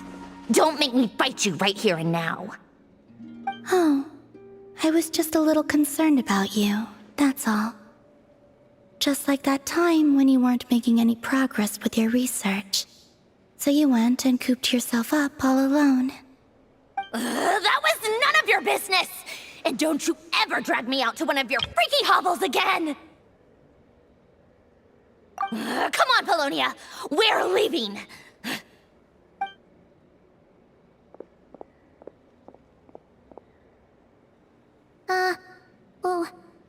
Well, anyway, thank you. I was worried about you, too. Not only because the remains of the Eternal Moon Goddess cannot fall into his hands, but also because you've done much for me yourselves. And then well, I brought your associate along for the ride, too. But that was as much as I could do. You're not afraid to speak your mind, miss. I like that. Please, call me Flint's. It is my honor to make the acquaintance of one such as yourself. Still, what do we do now? Riri's gotten stronger again. At this point, it doesn't seem like we can beat him.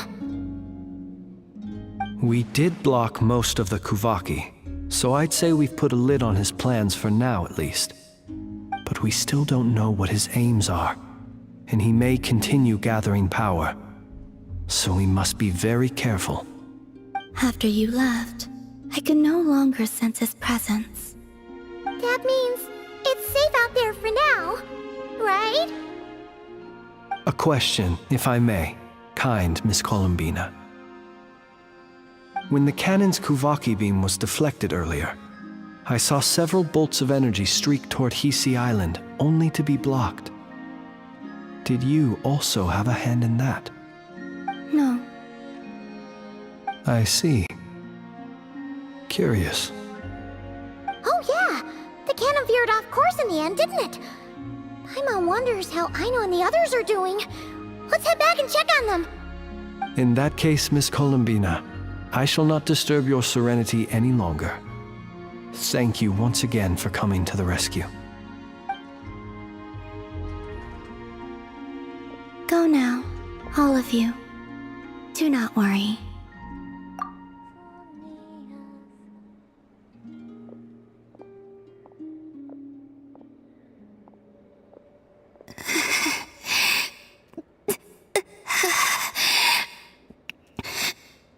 My strength still isn't returning. It seems my time is running out.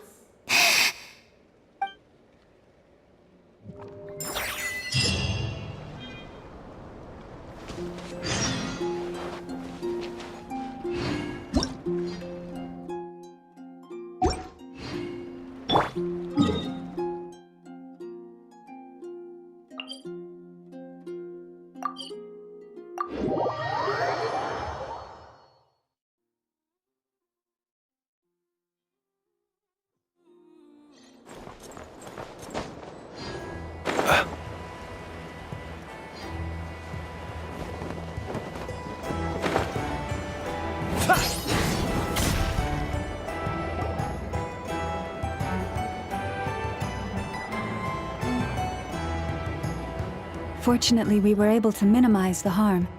Only a few townspeople were hurt. But the Reikir of Solnari has now gained a complete form, while we still know nothing about his goals.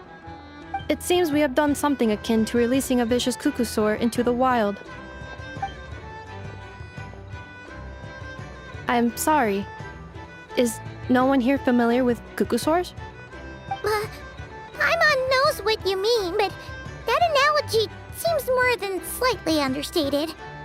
He said that this world means nothing to him, so it is possible that he doesn't have a reason to fight us at the moment. If his objective had been revenge alone, we would likely have no recourse. Is there, still time for me to tender my resignation? Just kidding, just kidding. Don't worry, boss. I know there's no running now. So my cannon, my pride and joy was a hindrance rather than a help. Ugh, you know what? I'm gonna dismantle it right now. That's right. And it still works on normal wild hunt anomalies. Don't let this get you down, I know. Flints, we'll need you to attend to the aftermath with the Lightkeepers. Don't worry, I've explained everything to them. You're in the clear. My thanks. For that and for everything else I hear you did to help us arrive at the truth. Had you been willing to show yourself in public more often, you would not have been so easy to isolate, you know. Point taken. I will give that some thought. I suppose that's one way I'd benefit from replacing Sergeant Major Sosi. You mean you're being promoted? Was Paimon the only one who didn't get that? Well, if you've got a moment, would you like to come with me?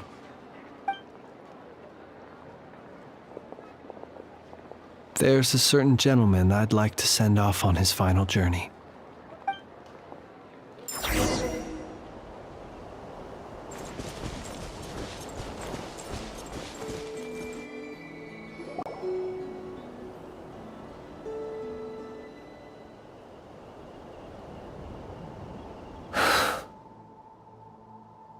This man was like a lighthouse. Here he lived as if it were a mere matter of course, and brought light and grace to those around him. But people, once used to illumination, are apt to ignore the lantern's presence. Slowly, gradually, he came to think as such himself. I have achieved too little. I must do better. There is more work to be done. Perhaps his end was tragic. But I remain proud of the way in which he illuminated the path for others. Every shadow born of the light shall remember it. Oh, poor guy. I've heard that one too. Is that so? Well, you're right. It may seem that our efforts were in vain, that Rerir achieved his goals, but we will pursue him to the last, even if the outcome is not what we wish for. It is not dissimilar to the role of a graveyard keeper. We do not seek to bring the dead back to life, only to grant them peace. Oh, what are you two talking about? Care to explain? Okay. Either way, the Lantern Fae is not playing the leading role in these final rites. Lightbearer, with your blood you have paved the road to glory and justice. Even as we hurry on, bruised and battered though we may be, stay a while and look back upon the world and all its love and hatred, until it closes its eyes in the depths of night, and a lantern lit for you alone flickers softly into life. Thank you for everything, Sergeant Major Sosi.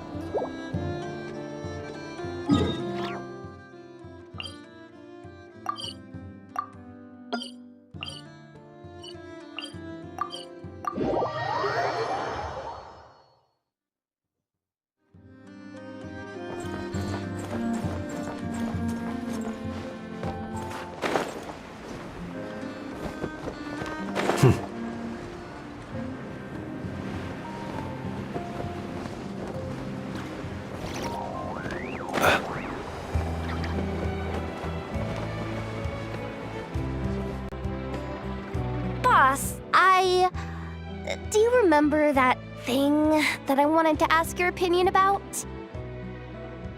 On a scale of 1 to 10, how much effort should the Curatorium of Secrets put in if we were to work with others again? Is that a 1? Isn't that kinda low? Guess again. Wait. You mean 0? But wouldn't we just be slapping our brand on the joint venture and calling it a day? Why even team up at that point? Yehoda, what I mean to say is that there's neither an upper nor lower limit. Aw, that's just like you, boss. Always thinking ahead. Wait a minute. That's not an answer at all. Is it? Oh, come on. Just give me a number, boss. Please.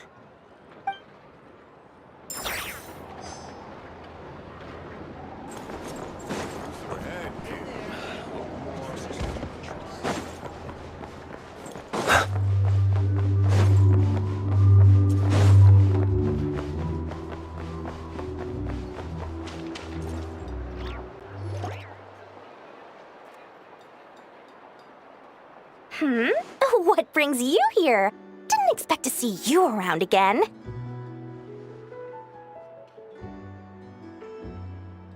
And where have you been, huh? Didn't run away or anything, did ya? Oh, of course not. I was simply elsewhere discussing business deals.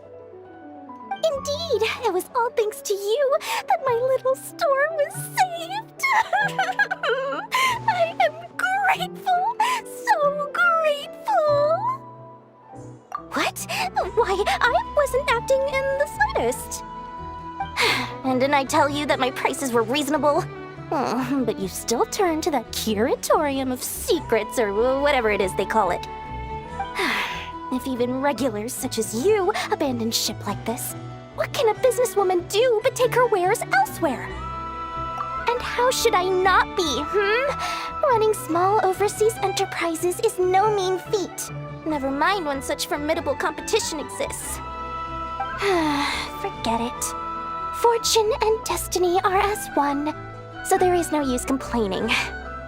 It's not as if Nefer did me no favors on account of our common homeland when I first arrived. If anything is to blame, it is the lack of opportunity to have her owe me in turn big time. Now then, should she ever need anything, you make sure, no, make doubly sure, to inform me first, all right?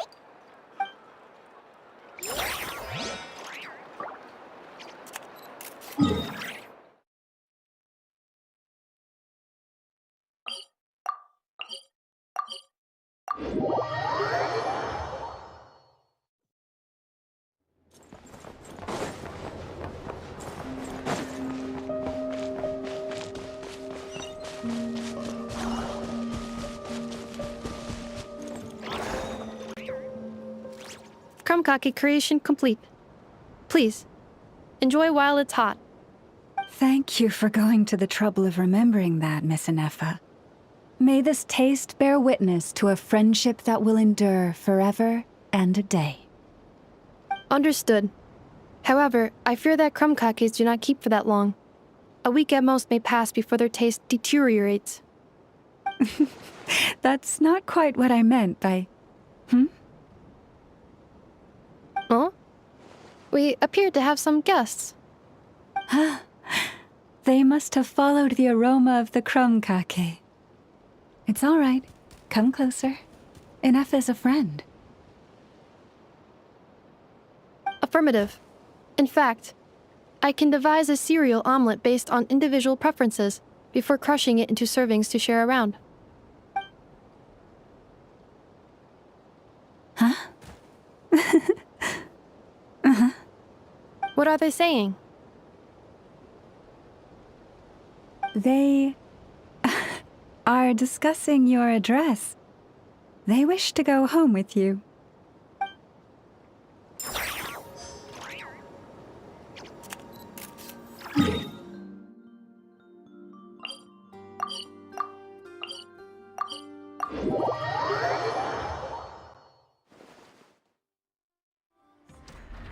Flynn's? Don't see you coming around here often. Just feel free to take a look. I'm busy right now. Well, I've come to visit you, Miss Aino. Here, I've brought some snacks from town in their traditional butter flavor. So, where should I leave them? Shh! Ineffa might hear you! So, what's the occasion? Are you gonna say that the Rat Niki will be taking over all Wild Hunt incidents after that hiccup with the cannon? And criticize a genius like yourself on account of results that none of us could anticipate? We would not be that crass. If we really did do that, I dare say we shall never again see technological breakthroughs. Sweet talker. It gladdens me to have set your heart at ease. Anyway, what's the matter exactly? Well, could you help me repair this lantern? I did bring it to Nasha Town to get it fixed, but it broke again during our previous battle. You want a genius like me to go fix a lantern? Oh, my apologies. Perhaps this request should be better directed to Miss Ineffa, and perhaps the snacks too. What? I mean, I can totally do this, no problem. Wait right there. I'll be done before you can say fix it. Much obliged then. And next time this happens to you, make sure to come to me first, you hear?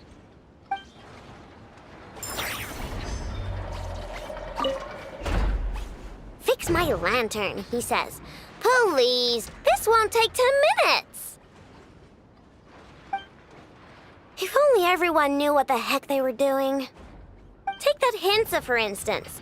How in the world do you end up creating an integrated controller for the cannon and the barrier from random components people ask you to fix?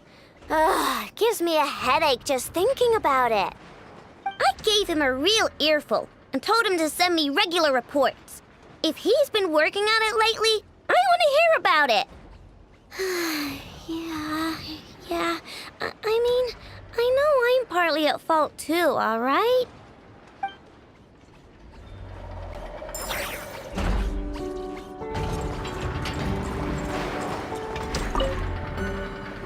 Ah, fancy meeting you here. I've decided my lantern has earned itself some thorough maintenance after that rather intense battle. Thank you for keeping my secrets, despite knowing as much as you do. Well, because otherwise I'd get in trouble with the Starshiner. If they couldn't detect my own lantern, I suspect the higher-ups would foist a standard-issue Ratnik lantern on me. A Ratnik carrying 2 lanterns. Imagine that. It would be an aesthetic transgression of the highest order.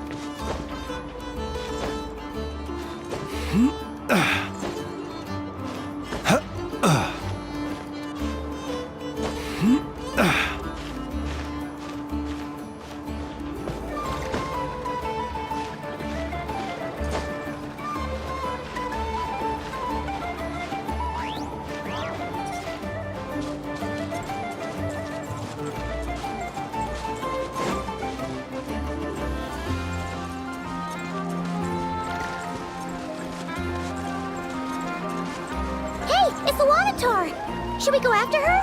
Or do you have someone else you'd like to meet?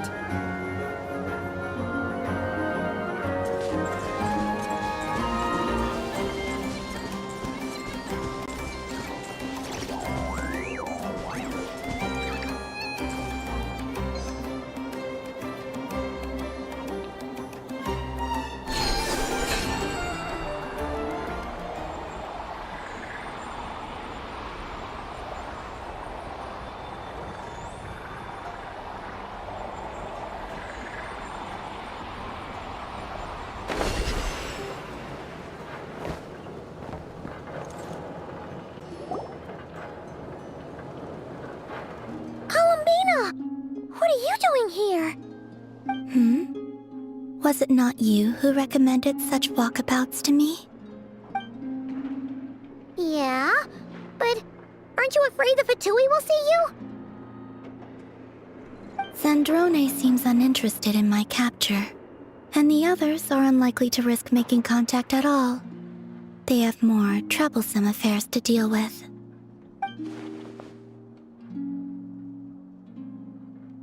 Well, it's good to come out for a walk either way. So, how do you feel? Is Nasha Town to your liking? The flow of Kuvaki is somewhat turbulent, and the people are ill at ease. However... Is this where you purchased the dishes you treated me to? Are you serious? That's what she's concerned about? Berries and fried meat? Well, we can take you to grab a bite if you'd like to. There's all sorts of delicious stuff out here that you won't get to try at home. You've been quite subdued. Thorny questions on your mind, perhaps? I could not gain any insight into his schemes, I fear. Now that he has donned a shape and form, selling his power short would prove a fatal error. But that power of his plays host to an obsession that borders on mania. I cannot say if that fixation is directed at the moons or at something else. Perhaps understanding the subject of his fixation shall prove key to repelling him in the future. Well, Zandrone's daily routine is highly irregular, while the doctor often orders people around. As for Arlecchino... Was that not what you were curious about? Well then, have you been to that experimental design bureau of theirs? That weapon will play a key role in the Tsaritsa's plan. That's what I've heard, anyway. And what plan is that precisely? Well, I cannot say I care. I could look into the Eternal Moon's marrow for you if you wish it so. But after our previous attempt, I suspect your spaceship has been intentionally hidden away. Perhaps someone has certain truths they wish to hide from you, or from others. And I doubt there are many who could accomplish such a feat. I still wish to return to the moon that belongs to me. That is where the answers lie buried. That is my true home.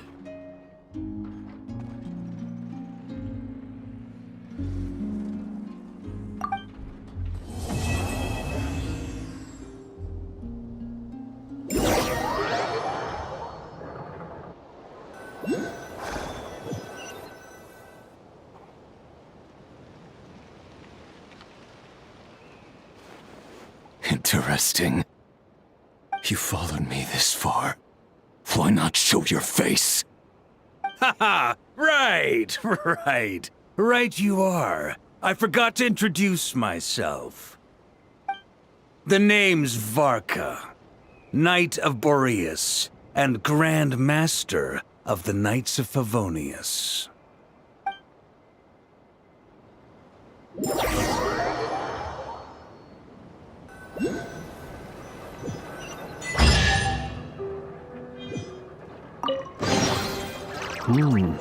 Not to be sniffed at.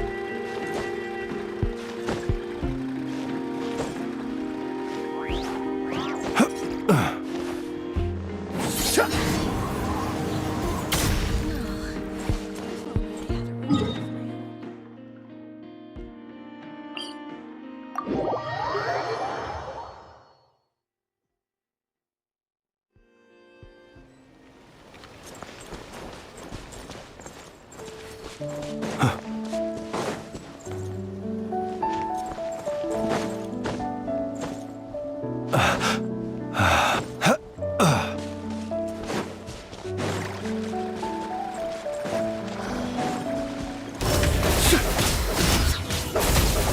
falls. Strike a pose! A little moose boosh! Goose on the loose! Let the world come alive! Merciless! Paradigm shift!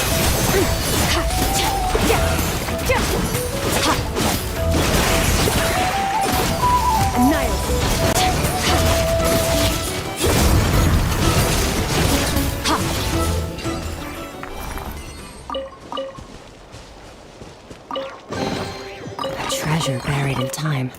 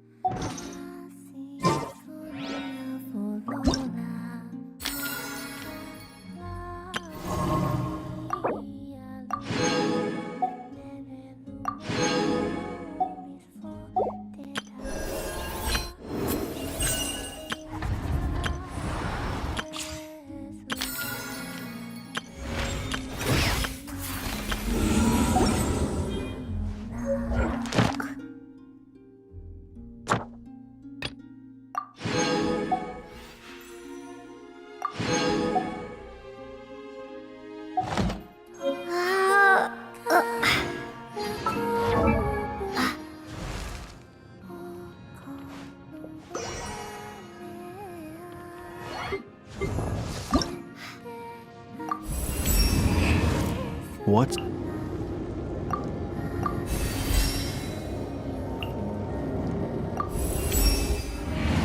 You seem to have taken a great interest in my training lately. I only hope my rate of development is to your satisfaction.